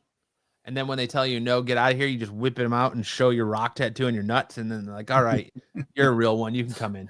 If you smell, When I get hard, the smoke comes out of his nose. We got a women's Intercontinental Championship match. Lyra Valkyria. Hey, man, the hardest working champion in the business, mid-card champion, because, I mean, Chelsea Green's defended her title, maybe once, twice? Yep. Versus Ivy Nile with Lyra Valkyria retaining. Ivy Nile needs to be done now. No more. No more with Ivy Nile. Yep. If my girl can't get a W in Dakota Kai, I don't want to see Ivy Nile for that belt again until we have a different champion. I just don't. Yeah, your boy, your girl is getting. She's going to turn a heel again. She's going to get bad because losing twice, and then her friend, freaking Io. So I think I can see her turning heel. We got Seth Rollins getting in Adam Pearce's face and demanding CM Punk. The GM gives him what he wants. Face off in a steel cage match at Madison Square Garden next week. I still think the main event, well, not main event, but one of the matches for Mania are going to be Seth Rollins versus Roman Reigns versus CM Punk inside Hell in a Cell. You know what's funny? They should have had an unsanctioned Hell in a Cell match. Because that seems to be the evolution, right? You go to the steel cage. If they can't settle it in the steel cage, then you go up one more to Hell in a Cell. And we all know that Punk said he doesn't want to do another Hell in a Cell match. But I think we get Punk versus Reigns versus Rollins, Hell in a I Cell. would like to see a lumberjack friggin' match, a three-way. Lumberjack match. We haven't seen a lumberjack match in a long time. I know, Long time. long time. Ludwig Kaiser enters the ring last week. He took back the attention that Penta had, and he has been deserving for so long of it. Kaiser is everything he says he is and a future world champion, whether you like it or not. If Penta thinks they're done, what John Cena did to Cody Rhodes will fail to compare to what he will do. Penta rushes the ring and a fight breaks out. He sends a message to Kaiser by taking him out. Bianca Belair is conflicted at the moment. She says she's happy to have won the Elimination Chamber, but doesn't know what happened between Naomi and Jade Cargill. For now, she's going to focus on her opportunity and what will happen at WrestleMania. That tells me right there that she might be going heel because she didn't even say it. I talked to Naomi. You know, Naomi's in the hospital. She didn't give you an update on Naomi. She just said, I'm turning my focus to WrestleMania. So she's an afterthought to Bianca Belair now. You see, that's the thing. I think that she doesn't pay. That's why it makes it a heel because she would have been more concerned. Because right now, my mind is more focused on winning this belt. So that's not a friend, right? We saw during the commercial break, if you have Netflix Premium, Grayson Waller tells The Rock that he'll sell his soul before insulting the local sports team, doing his, Grayson Waller heel shtick. Austin Theory ruins this moment for him by saying yeet. Yeah, they're breaking up. They're gonna break up. Chad Gable goes looking for answers to Lucha Libre in Mexico. He comes across an old man who sells him something in a box. It's Mae Young's hand. It's Mae Young's and Mark Henry's hand Man. child. Your hand child. Yeah, that's funny. We don't see what it is, but it will give him special Lucha Libre powers. Are we fucking... He's getting the White Tiger's amulet from Daredevil. No, he is getting the White Tiger's amulet. Oh, shit. Oh, Yeah, that's fucking funny. Yo, I laughed at that when he's like, have you ever seen this person before? The people not paying attention to him. He's walking around. He's like, oh, badass. Like, yo, Smacky. Dude, he's got to come out like Who's this? with Owen Hart's blue Blazer?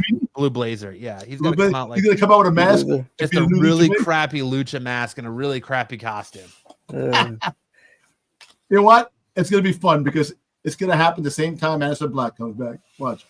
We had World Tag Team Champions, the War Raiders versus the Creed Brothers, with the War Raiders picking up the win. Again, another team I don't want to see have a match. No more Creed Brothers. Goodbye. But that was a good match. Back of the line. That was a good match. You know, I actually thought that the Creed brothers were going to win because, you know, I didn't think they were going to friggin' go all three championships on the on Raw with somebody all losing, all maintaining, the winners maintaining. But someone had a way. I thought that they were going to win the tag team. I didn't expect, like I said, I didn't expect the main event to go the way it did. I thought the tag team championships were going to be changed hands. But I don't remember which one. He does that shooting star off the top. That was nice. He did a good job. They picked up their in-ring work since that the was last good. 3 times. yeah, you seen what's his name? Fell on his neck when he did the moonsault. Oh yeah. Yeah, like Then we had a rare Pokemon sighting. We got a Braun Breaker sighting, sending a stern warning to all Judgment Day, especially Finn Balor, who quickly makes his entrance. He tells Breaker he's the only Intercontinental Champion because they have allowed him. Breaker doesn't believe that because he is a dog. Balor tells him he's unteachable and eats rookies for breakfast. Or untouchable, unteachable. Who's that Steiner brother? Yep. The champion makes his way to the ring where he is ambushed by the Judgment Day, but it fails, and he delivers a military press slam to Balor. The rest of the Judgment Day gets Finn Balor out of the ring before he can get a spear. It doesn't stop Breaker hitting Carlito with a spear, though. That's still not as good as I Show Speeds. No. yeah, High Show Speed. That was the greatest friggin' spear ever. Carlito should have spat out some apple though at the Yeah. That would have been good. An angry Jey Uso sends a harsh warning to Gunther after the earlier attack. After making his entrance, Bianca Belair watches the main event from ringside, which we got Women's World Champion Rhea Ripley losing. That's right, losing on Raw to Io Sky. That was like very interesting. I didn't expect that, but like I said, I didn't know He what called happened that. with Rhea. Credit to Pete. I guess I can't. I guess he can have that 10 points from his son because he's the only one that called Rhea losing the title on Raw. I didn't think they were going to do it. I didn't think they'd have her lose to Io again, but they did. No, And again, I go back. I like Io, but I think her last title run was boring. She's not the greatest on the mic. I understand there's a language barrier. All she does is make weird faces, and I liked her character much better in NXT. She can work, she can fly. I don't know. I just found I don't know if she just didn't get good feuds or what, but I found her last title run boring. Hopefully she only has the title for a few weeks this time. And well, like I said, she's probably gonna hold it to Mania, and her cohorts are gonna interfere because they're gonna turn heel on her, and she's gonna lose. like I said, Rhea Ripley is the modern day China. She's got that star power. Yep. And that would be like China losing to like Kelly or Maria. or Maria. Yeah. There you go. Maria. That's a good one. Or China losing to like Mae Young or something like it just Fabulous Moolah. Losing to Moolah. It just doesn't add up, man. But any given Sunday, right? Yeah. Well, listen, like I said, that anything's possible in WWE today. Ah, shit. Before we move on, give me your SmackDown. Give me your SmackDown and Elimination Chamber. Well, the SmackDown. Ratings. SmackDown, I gave a B+ on SmackDown. I thought it was a B-. It was a pretty safe go home show. Exactly, B+, and then I gave an A+ for Elimination Chamber. A+, it was great. Like I said, the twist at the end was something that we didn't see coming. You know, but that was awesome. So I gave that an A+. And Raw, I actually gave Raw an A- because I actually, you know, the only thing, like I said, they should have had some. You had Bianca Belair, but there should have been some other fallout from the Elimination Chamber in this. Well, you had Seth. Yeah, you did. You had Seth and Punk. Yeah. Well, you did. But I'm more of like I know that Cargill is with SmackDown and freaking goddamn Cena's with SmackDown, but The Rock could have came out and said something. There could have been something. I don't know. Yeah, I gave Elimination Chamber an A+ as well. It was a good show start to finish. And then I gave Raw an A-. It was with Cena not being on TV or The Rock not being on TV, they're gonna have to lean heavily on Seth and Punk to continue the Cena heel turn. To not only continue their storyline, but continue to build the Cena heel turn. And what Cena did. So that's going to be a lot on Seth and Punk's shoulders. I think they can handle it, but I mean, I know we're going to get Cena's on the Raw the next 3 weeks since they're overseas. But this is going to be the perfect Cena heel turn because it'll be a heel turn that you can't see. Hey, do we know if Raw is on normal time taped or is it going to be live? Well, Best Square Garden is going to be live. No, I know that, but I'm talking like the next Raw on the 17th. They're in Brussels. It might be early. It might be. Yeah, that'll probably be tape delayed. Either taped or come on earlier. Yeah, as I say, you don't think Netflix airs it live? They'll air it live. They might air it live early. What, maybe 5 o'clock? What do you think? I don't know. Maybe because it's Netflix. Yeah, I guess. How many hours? How many hours Brussels? From Brussels? Yeah. 5 or 6. All right, so if 8 o'clock, maybe 2 in the afternoon. I don't know because it's 9:35 my time, so that's 11:35 your time. It's 5:35 a.m. in Brussels right now. All right. So basically, maybe 2 in the afternoon. Yeah, I think it would be like they do the. Unless they tape it. Unless they tape it, it's going to be a tape show. Yeah, but I think with John Cena, they're going to do it live. And I mean, Netflix, it's not like Netflix, you can watch it whenever you want. So it makes sense for it to be live. Yeah. And then, like they did with like Crown Jewel and stuff. Listen, Dubs, Io Sky is not Mae Young. And Mae Young was great in her time wrestling. Listen, all I know is I did that for the shock value. Right here is a face right here. And as long as I have this, Io Sky can come. Oh my God. I'm just saying. That's why you watch, man. I'm gonna throw out weird things to make sure you're all paying attention. That's what we're gonna do here. Until you all hit that like button. Please like and click that bell and subscribe to the channel so you know whenever we go live with more wrestling content. And leave a comment below what you thought of this week's SmackDown, Raw, NXT, and Elimination Chamber. I'm just gonna keep throwing weird random things out that are just gonna rub people the wrong way, like Mae Young equals Io Sky, the modern day Mae Young. Yep. Modern day Mae Young. Jeez. Oh, I'm gonna see. Listen, I bet you I get roasted for that. I've seen a lot of comments. What was the one? There was one the other day. What was it? I can't remember what the comment was, but it was just clearly the dude didn't listen to what we were saying. And I was like, all right, bye. Whatever. Oh, it was a comment about Captain America Brave New World I made on a video. I was like, if you look at the internet, Brave New World is getting terrible reviews, even though I liked it. And he's like, Brave New World getting terrible reviews? You clearly don't pay attention. Bye. And I was like, all right, troll. Obviously, you didn't listen to what I said. Thanks for watching. Deuces. Thanks for the view. Thanks for the Yeah. viewing number. But Yeah, I mean, we've gotten other awesome. ones like that too on our wrestling stuff. Yeah. Uh, Such juice chills. yeah, a lot of people giving me shit for my pick of saying Shayna Baszler should have been able to win the Women's Royal Rumble. A lot of people didn't like that one. But that's for you, Dubba. Everybody will Yes, not be equals happy negative. all the time. There we go. Now, do we want to review NXT? I know a lot of people didn't get to see NXT because of the presidential speech.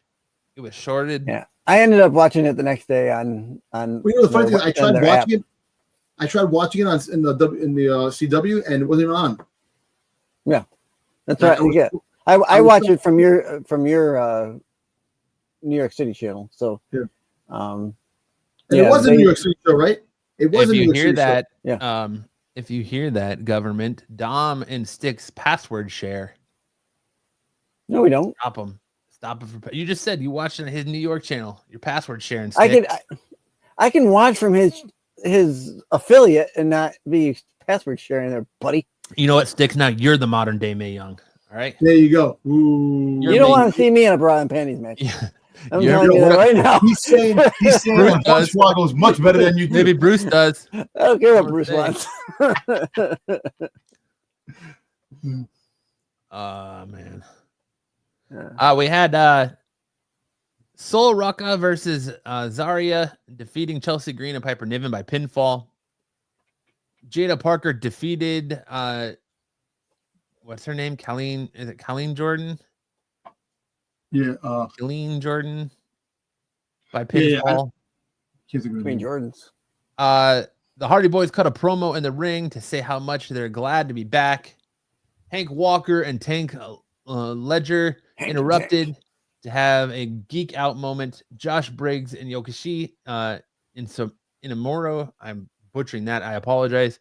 Awesome Inamura. comes out and talks some trash about them, leading to Hank and Tank launching themselves into the out of the ring in a brawl with the Briggs and Inamura starts. Then Fraxium then weird. pops up behind them, which prompted Matt Hardy to say, "Fraxium, I knew you'd come." Weird. A little weird. Fraxium pumped to see who is truly the best tag team in the world when they face off next week. The two teams fist bump as a sign of respect to end the segment.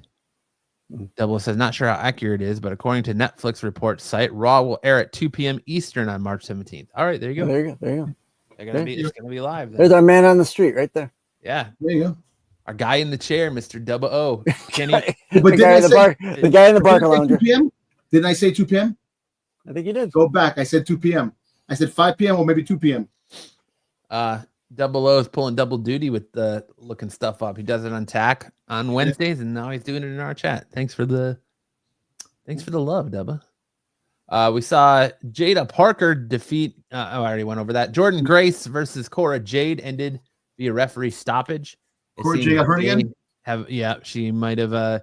There was speculation that she injured her knee, but she released a message that said knee's all good. No, nothing to worry about. Trick Williams defeated Cale Dixon due to the referee stoppage. With a mere seconds, Williams then called out Eddie Thorpe, who came in and cut a promo from the balcony area. Thorpe wants Williams in 2 weeks in NXT Underground match. Roxanne Perez attacks Jordan Grace with a steel chair. Then we saw Moose at a press conference style response to Oba Femi from earlier, where Femi cringe. spoke about how he's going to beat Moose at Roadblock to say basically the same thing. Then Ava announced that Roxanne Perez and Jordan Grace will be in action against each other next week at Roadblock. Fatal Influence interrupts with Fallon Henley complaining that she deserves a rematch for the NXT Women's North American Championship. Ava said they'll talk about it another time. Backstage, we saw Ricky Saints bump into Ridge Holland, who told Saints he shouldn't be in NXT. Saints told Holland to get used to it. And then as they walked off, Saints bumped into Sean Spears with Izzy and his little group. Spears told him the Revolution will be televised when he wins the North American title. That led us to a North American Championship match where we saw Sean Spears taking out the Don, Tony D'Angelo, by pinfall to win the title. About What a good- time the chairman gets a little bit of shine in NXT. Yeah. It was a good match. That match was good. Tom was like, all right, didn't get to watch him. CW act didn't even work. Hey, well, I get Sticks my password, and his internet's so bad it made it so I couldn't even watch it. Damn it, Sticks. Thank you, man. Appreciate that. Hey, don't blame me. Your internet, your poor internet just gets around like Margot's olive oil covered fingers at a steakhouse. You guys know that firsthand, don't you? Oh, yeah. Did anybody watch AEW last night? No, Did no. not I watch watched NXT last night because I didn't watch it Tuesday. Yeah, I didn't watch AEW last night either. But there was a couple of segments that were in AEW. Hey. I sent one to you guys. I don't know how old that segment was. The Max Dupree modeling, those two dudes. Oh, Oh. I think that's pretty recent. Yeah, that was funny as shit. That they introduced the girl to this dude. They start making out. He goes, "You just met," and then they're doing a promo as they're making out, and then they all start laughing at the end. Yeah, what did you guys think of? Well, I don't know. Sticks, what was your rating of NXT? NXT, I'll give it a B minus. It was good, but I mean there was a couple of matches. Obviously, the one match was kind of quick, and the one got stopped. So it was, but for what did go down, it was good. Yeah, I think B minus is probably fair. Yeah, I give it a B. because there really was only technically 4 matches, two that got stopped early, and then the promo with the Hardy Boys. So, did you guys? Uh-oh. Stick froze. Six Rose. Look at his mouth. Look at Six mouth. Oh, did I freeze? Yeah. You're back now, Sticks. Are you going to talk about Evolve? Yeah. Did you guys watch Evolve? I did not. I didn't. Yeah. Okay, I did. So if I won't ruin anything for you guys, I thought it went pretty good. I think the matches were a good, solid matches. It wasn't PLE standards, obviously, because they're still fresh. But I thought they did good for the 2 or 3 matches that were on there. So Evolve. So what's the wrestling thing that they're training, and you have Bubba and you have LFW or no, Yeah. LFG. So apparently there's 2 dudes that are on those things. That Roxanne Perez is the girlfriend, and Maxine Dupree is the wife. They're engaged. So they got the husband, the guys, both guys in that. Because I was watching like a preview, and they were talking about their girlfriends, and the guy's like, "Oh, my girlfriend Roxanne Perez wanted me to do this," and it was like, Well, I mean, I don't go throwing around the fact that Rhea Ripley's my girlfriend. So there you go. Hey, "Hey, Fabulous She's not. Moolah She's not. Disavow. is your girlfriend, all right? Disavow. I disavow it. Yeah, listen, Moolah is let your me see. girlfriend, right? Well, the whole fact is that I don't say that Stephanie, Stephanie Julia, Jada Parker, and the whole friggin' roster is my girlfriend. I'm not doing that. I'm just saying, I mean, in Dom's world, you got Io Sky sitting on his face, and you got Jada twerking in front of him, and like Dom's world, it's a crazy smorgasbord and like Candyland. Candyland. It's like Toto Land. Yeah. More like Shoots and Ladders. Dom has his own theme song every time he walks in the room. Ass, titties, ass and titties, ass, titties, titties, ass and titties. That's Dom. Titty swinging, ass is knocking. Don't you understand? Clap. Oh my God. Ass is Wow. clapping. All right. That's a classic. Now it's time for our show where we hand it over to Dom because you've heard enough talking to me and I need to drink some water. Where Dom is going to give us this week's spotlight on one particular professional wrestler who may or may not hear a I don't voice. even know who it is. Exactly. Instead. Step into the ring. The crowd is low. Spotlight of a hero standing fierce and proud. I'm definitely going to have to come out with another format in this thing because I want to try to figure something else. All right, so Randy Orton, he made his second comeback again in. Whoa, what about him coming on your back? Dom, you need to calm down. Hey. You're out of control tonight, Dom. Again, He got the dirty end of the stick. Somebody, oh my God. Somebody call Marco to come get Damba in line, please. He got the dirty end of the stick. He got overshadowed again. I don't know what's going on here. This is off the rails. I apologize, ladies and gentlemen. I apologize. Go ahead, Damba. But he was overshadowed again for the Cena turn. But yeah, he came back in the Elimination Chamber, and he has a decent history. You know, he's right behind Cena with champion. You know, well, Cena has 17. He's right there with what 14? Was it 14? I think it's 14. 14. Yeah, 14. See, I would like to see that match. Randy versus Cena for the championship, you know, to give him another chance to get the gold. But let's talk a little bit about Randy. Let's go. Yeah. All right, you know, Randy Orton, you know, he was born in 1980, and he signed with WWE where he performs at Smackdown. Orton was widely regarded as one of the greatest professional wrestlers of all time. He has the third most world championships in history, with a career spanning over 20 years. Do you think he beats Cena? Do you think they give him 18? When Cena said, "I'm going to shake hands," I think because, you know, he's a model of consistency to the brand, and he's well deserved. You know, he's well liked, and the fans will go crazy if he won another championship. You don't think they let him? I think he gets to 16. But they're gonna let Cena hold 17 for a while. Well, you know what? I don't want to see Charlotte win more than he does. That's all. No, I don't either. That's nepotism at its finest. Even though I know it's the women's division, but the fact is that anyway. Hey Dubba, if you're still here, did you hear my promo on Pete? I want to get your opinion on it. That was really good. We got to cut that. We have to cut that promo big time. All right, so this is just a little history of Randall Keith Orton. You know, he was born in Tennessee. He's 44, Knoxville, Tennessee. You getting some old timers, Dom? You just read that. I know, right? Sorry, I'll stop interrupting your segment. I apologize. No, that's right, man. I don't want to be like these other shows. I apologize. You know, Dom, the floor is yours. All right. You know, he's married. He has 2 kids. You know, his dad was the great Bob Orton Jr. Cowboy Bob Orton. Yeah, Billy Bob Orton. You know, had the cast most of the time, which actually awesome. I don't know Billy Bob. And he debuted. You know, he debuted March 18th, 2000. That's all they really need to know. They can look at the rest of the stuff. All right, so you can forge it. All right, so Orton is a 3rd-generation professional wrestler. Like they go back, same thing. So before he signed with WWE, WWF, now WWE, he trained and wrestled Midwest Missouri Association, Southern Illinois Conference Wrestling. He was then signed by the WWF and was sent to Ohio Valley Wrestling, the OVW, where he held the OVW Hardcore Championship twice. He became a member of the stable Evolution shortly after the WWE debut, which quickly led into the Intercontinental Championship reign. His first championship with the company, he also acquired the Moncler. Moniker. What?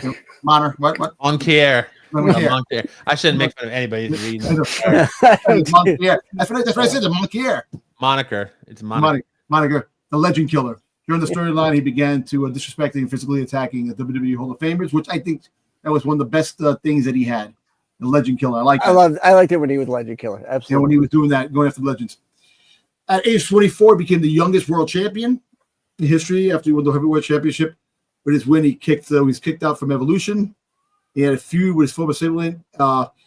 In 2006, he joined the forces with Edge tag team known as Rated RKO. Together, they held the tag team championships.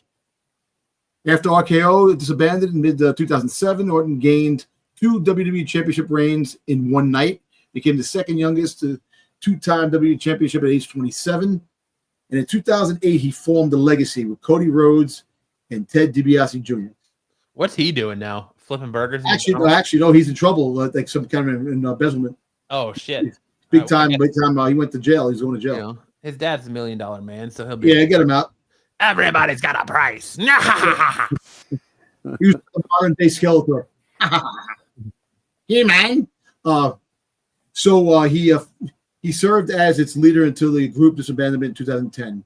Orton was the winner of the 2013 Money in the Bank ladder match and successfully cashing in the contract. He aligned with the Authority in 2015, in which he was named the face of the WWE in 2016. He joined the Wyatt family and winning SmackDown Tag Team Championships with Bray Wyatt and Luke Harper before turning on them in 2017. He won his first United States Championship in 2018, becoming the 18th overall Grand Slam champion, after already having been the 17th Triple Crown champion. Orton's rivalry with John Cena is one of the longest rivalries in WWE history. He ranked among the greatest. Orton has held the WWE Championship 10 times and the WWE Heavyweight World Championship 4 times. He was the final holder of the World Heavyweight Championship, which he where the WWE Championship became the World Heavyweight Championship in tables, ladders, and chairs. In 2013, Orton is recognized as the WWE having the third most World Championship victories in history at 14, behind John Cena and Ric Flair, both with 16. Tied with Triple H with 14. Also, total, he has won 20 championships in the WWE, which is amazing, man. Mm-hmm. You know, Orton's a 2-time Royal Rumble match winner, 2009 and 2017. He headlined multiple WWE pay-per-view events, including WrestleMania 25, WrestleMania 30, and also following match 2021 Survivor Series. He broke Kane's record for wrestling the most pay-per-view matches in WWE history. So this is just a rundown of his championships and what he his accomplishments. This and that. We don't have to go through that. They can look that over. You know, back if he did all the different United States Championships a bunch of times and Royal Rumbles. It's all basically was in there. So other than that, Randy Orton is a legend. He will go out as a legend. Legend killer. And hopefully he does win another championship before it's all said and done. I would like to see a retirement match between Randy Orton and John Cena. That's what I'd like to see.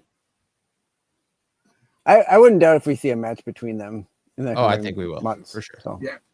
All right, now it's time for, if Stick's internet holds up, for him to take us on a trip down the time tunnel. Step into the time tunnel, let's rewind. Every different audience gets left behind. Lights are flashing, reality's just a blur. Everybody's ready, let's take this on. All right, Sticks, what do you have for us in the tunnel of time this week? All right, we're going to go back. We'll get finish off a couple of these the LJNs here. We're going to finish off Series 3. Here we got the Macho Man Randy Savage. Ooh, yeah. With the purple trunks. One recently sold carded at $450. $40 delivery. We had a Ricky Steamboat recently sell at $298. Hold on real quick. This Ricky Steamboat packaging, it looks like he's got a dong right here. You see it? The plastic Like is. the way the plastic, the plastic is, yeah. The plastic is yellow. Like he yellowed the plastic with his tongue. Done. Yeah. I mean, I would put it on eBay as the Ricky the Dragon Steamboat dong error variant. See if anybody bites on it. I'm buying it, or never mind. Yeah, yes, bite on buying it, you stick pervert. The Mudman. Go buy the Mudman. Yeah, I buy Mudman with that. Here we got SD Jones, or Special Delivery Jones, with a red shirt. One sold for under the 172. They were the best offer. The yellow shirt here, like the Hawaiian shirt, there were no carded sales. There were some loose sales, but they weren't. They were like under $20. It wasn't anything. Which one does it say? Which one is rarer, the red shirt or the orange shirt? The yellow shirt? I think it was which one was rare? Based on price, I'm gonna say the red shirt. Yeah. Well, I don't know, because there were no card, and I looked on eBay to see if there was any card. There were no carded ones on eBay. Well, actually, if you look at the card itself, it's darker blue, and it's a WWE thing. I actually think that WWE. Yeah. Yeah. WWF. Yeah. Or WWF, whatever. Yeah. I mean, you can have these be rare, But if you can still find them carded, Oh yeah. But if you have one that you can't find carded, that might make it even just as rare as being rare. Yeah. So, up here we got Terry Funk. May he rest in peace. One sold for $250. Here we got the Magnificent Morocco, carded, sold for $65. This is a Magnificent Morocco. This has a small text. So on the first one, it's got the shirt, the writing, the font was bigger. This one has a smaller font, and the shirt was a little darker. I thought the black shirt was a little darker. This one actually, look, the color of he's yellow and he's new color there. So. Yeah, more of a flush tone. Good. Yeah, that had a carded sale at $38.52. And what was the last guy here? I didn't get to the last guy. Santana. Oh, Santana. Yeah, he had a $218 sale. Yeah. So, yeah, $210. Right. That's it for this week's Time Tunnel. Did I mess up or did you mess up? No, you're just fine. Okay. I was like, I don't remember seeing. I double checked. I was like, oh, there's only 5 slides or 4. No, there was a figure on the end that I didn't talk about. Oh, my bad. Sorry. The Tito Santana there. Tito Santana. Yeah. That's my bad as a producer, Sticks. I am sorry to cut you off like you're Dom on the qualified. I apologize. Jeez. No respect. Jeez. No respect. I apologize. No respect. No, that's it. Thank you for watching. Appreciate it. Ladies and gentlemen, that's our show for this night. I hope you all enjoyed it. Make sure to hit that bell, click that like button, and subscribe before you find your way out for the evening so you know when we go live. Next week, we will be on same time. It'll be earlier for me, but same time for all of you with daylight savings time.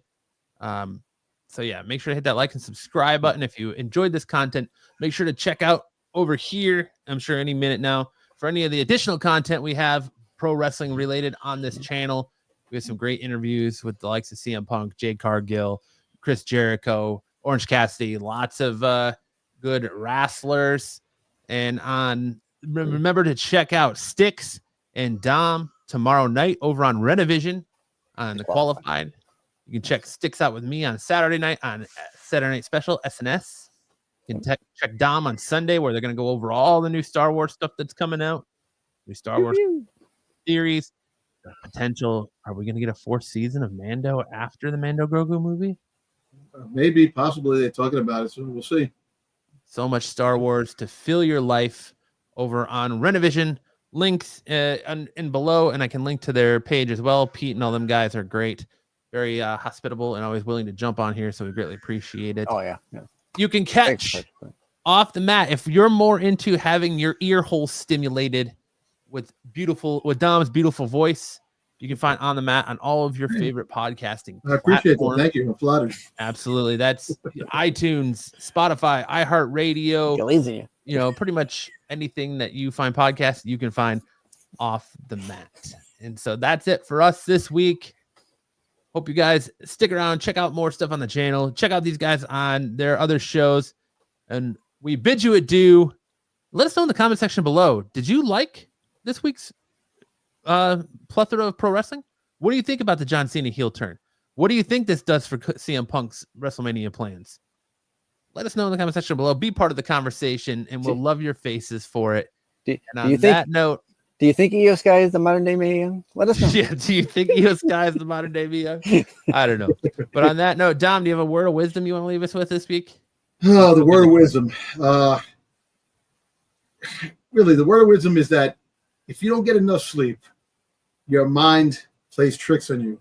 And that's why Matt thinks that Io Sky is the modern day Mae Young. I was going to say that's why you think that Jada Parker is your side piece. Well, she is my side piece. She doesn't even know it, but that's the truth. Don't worry about it. She will soon. It's a long distance. It's a long distance side piece. You don't know me, man. Somebody tell Jada to lock her windows at night and close the shades. And on that note, we'll see you guys next Thursday. In the ring, the lights go down. Roaring crowd, they scream and shout. Chants echo, shaking the ground. Warriors clash, the game is found.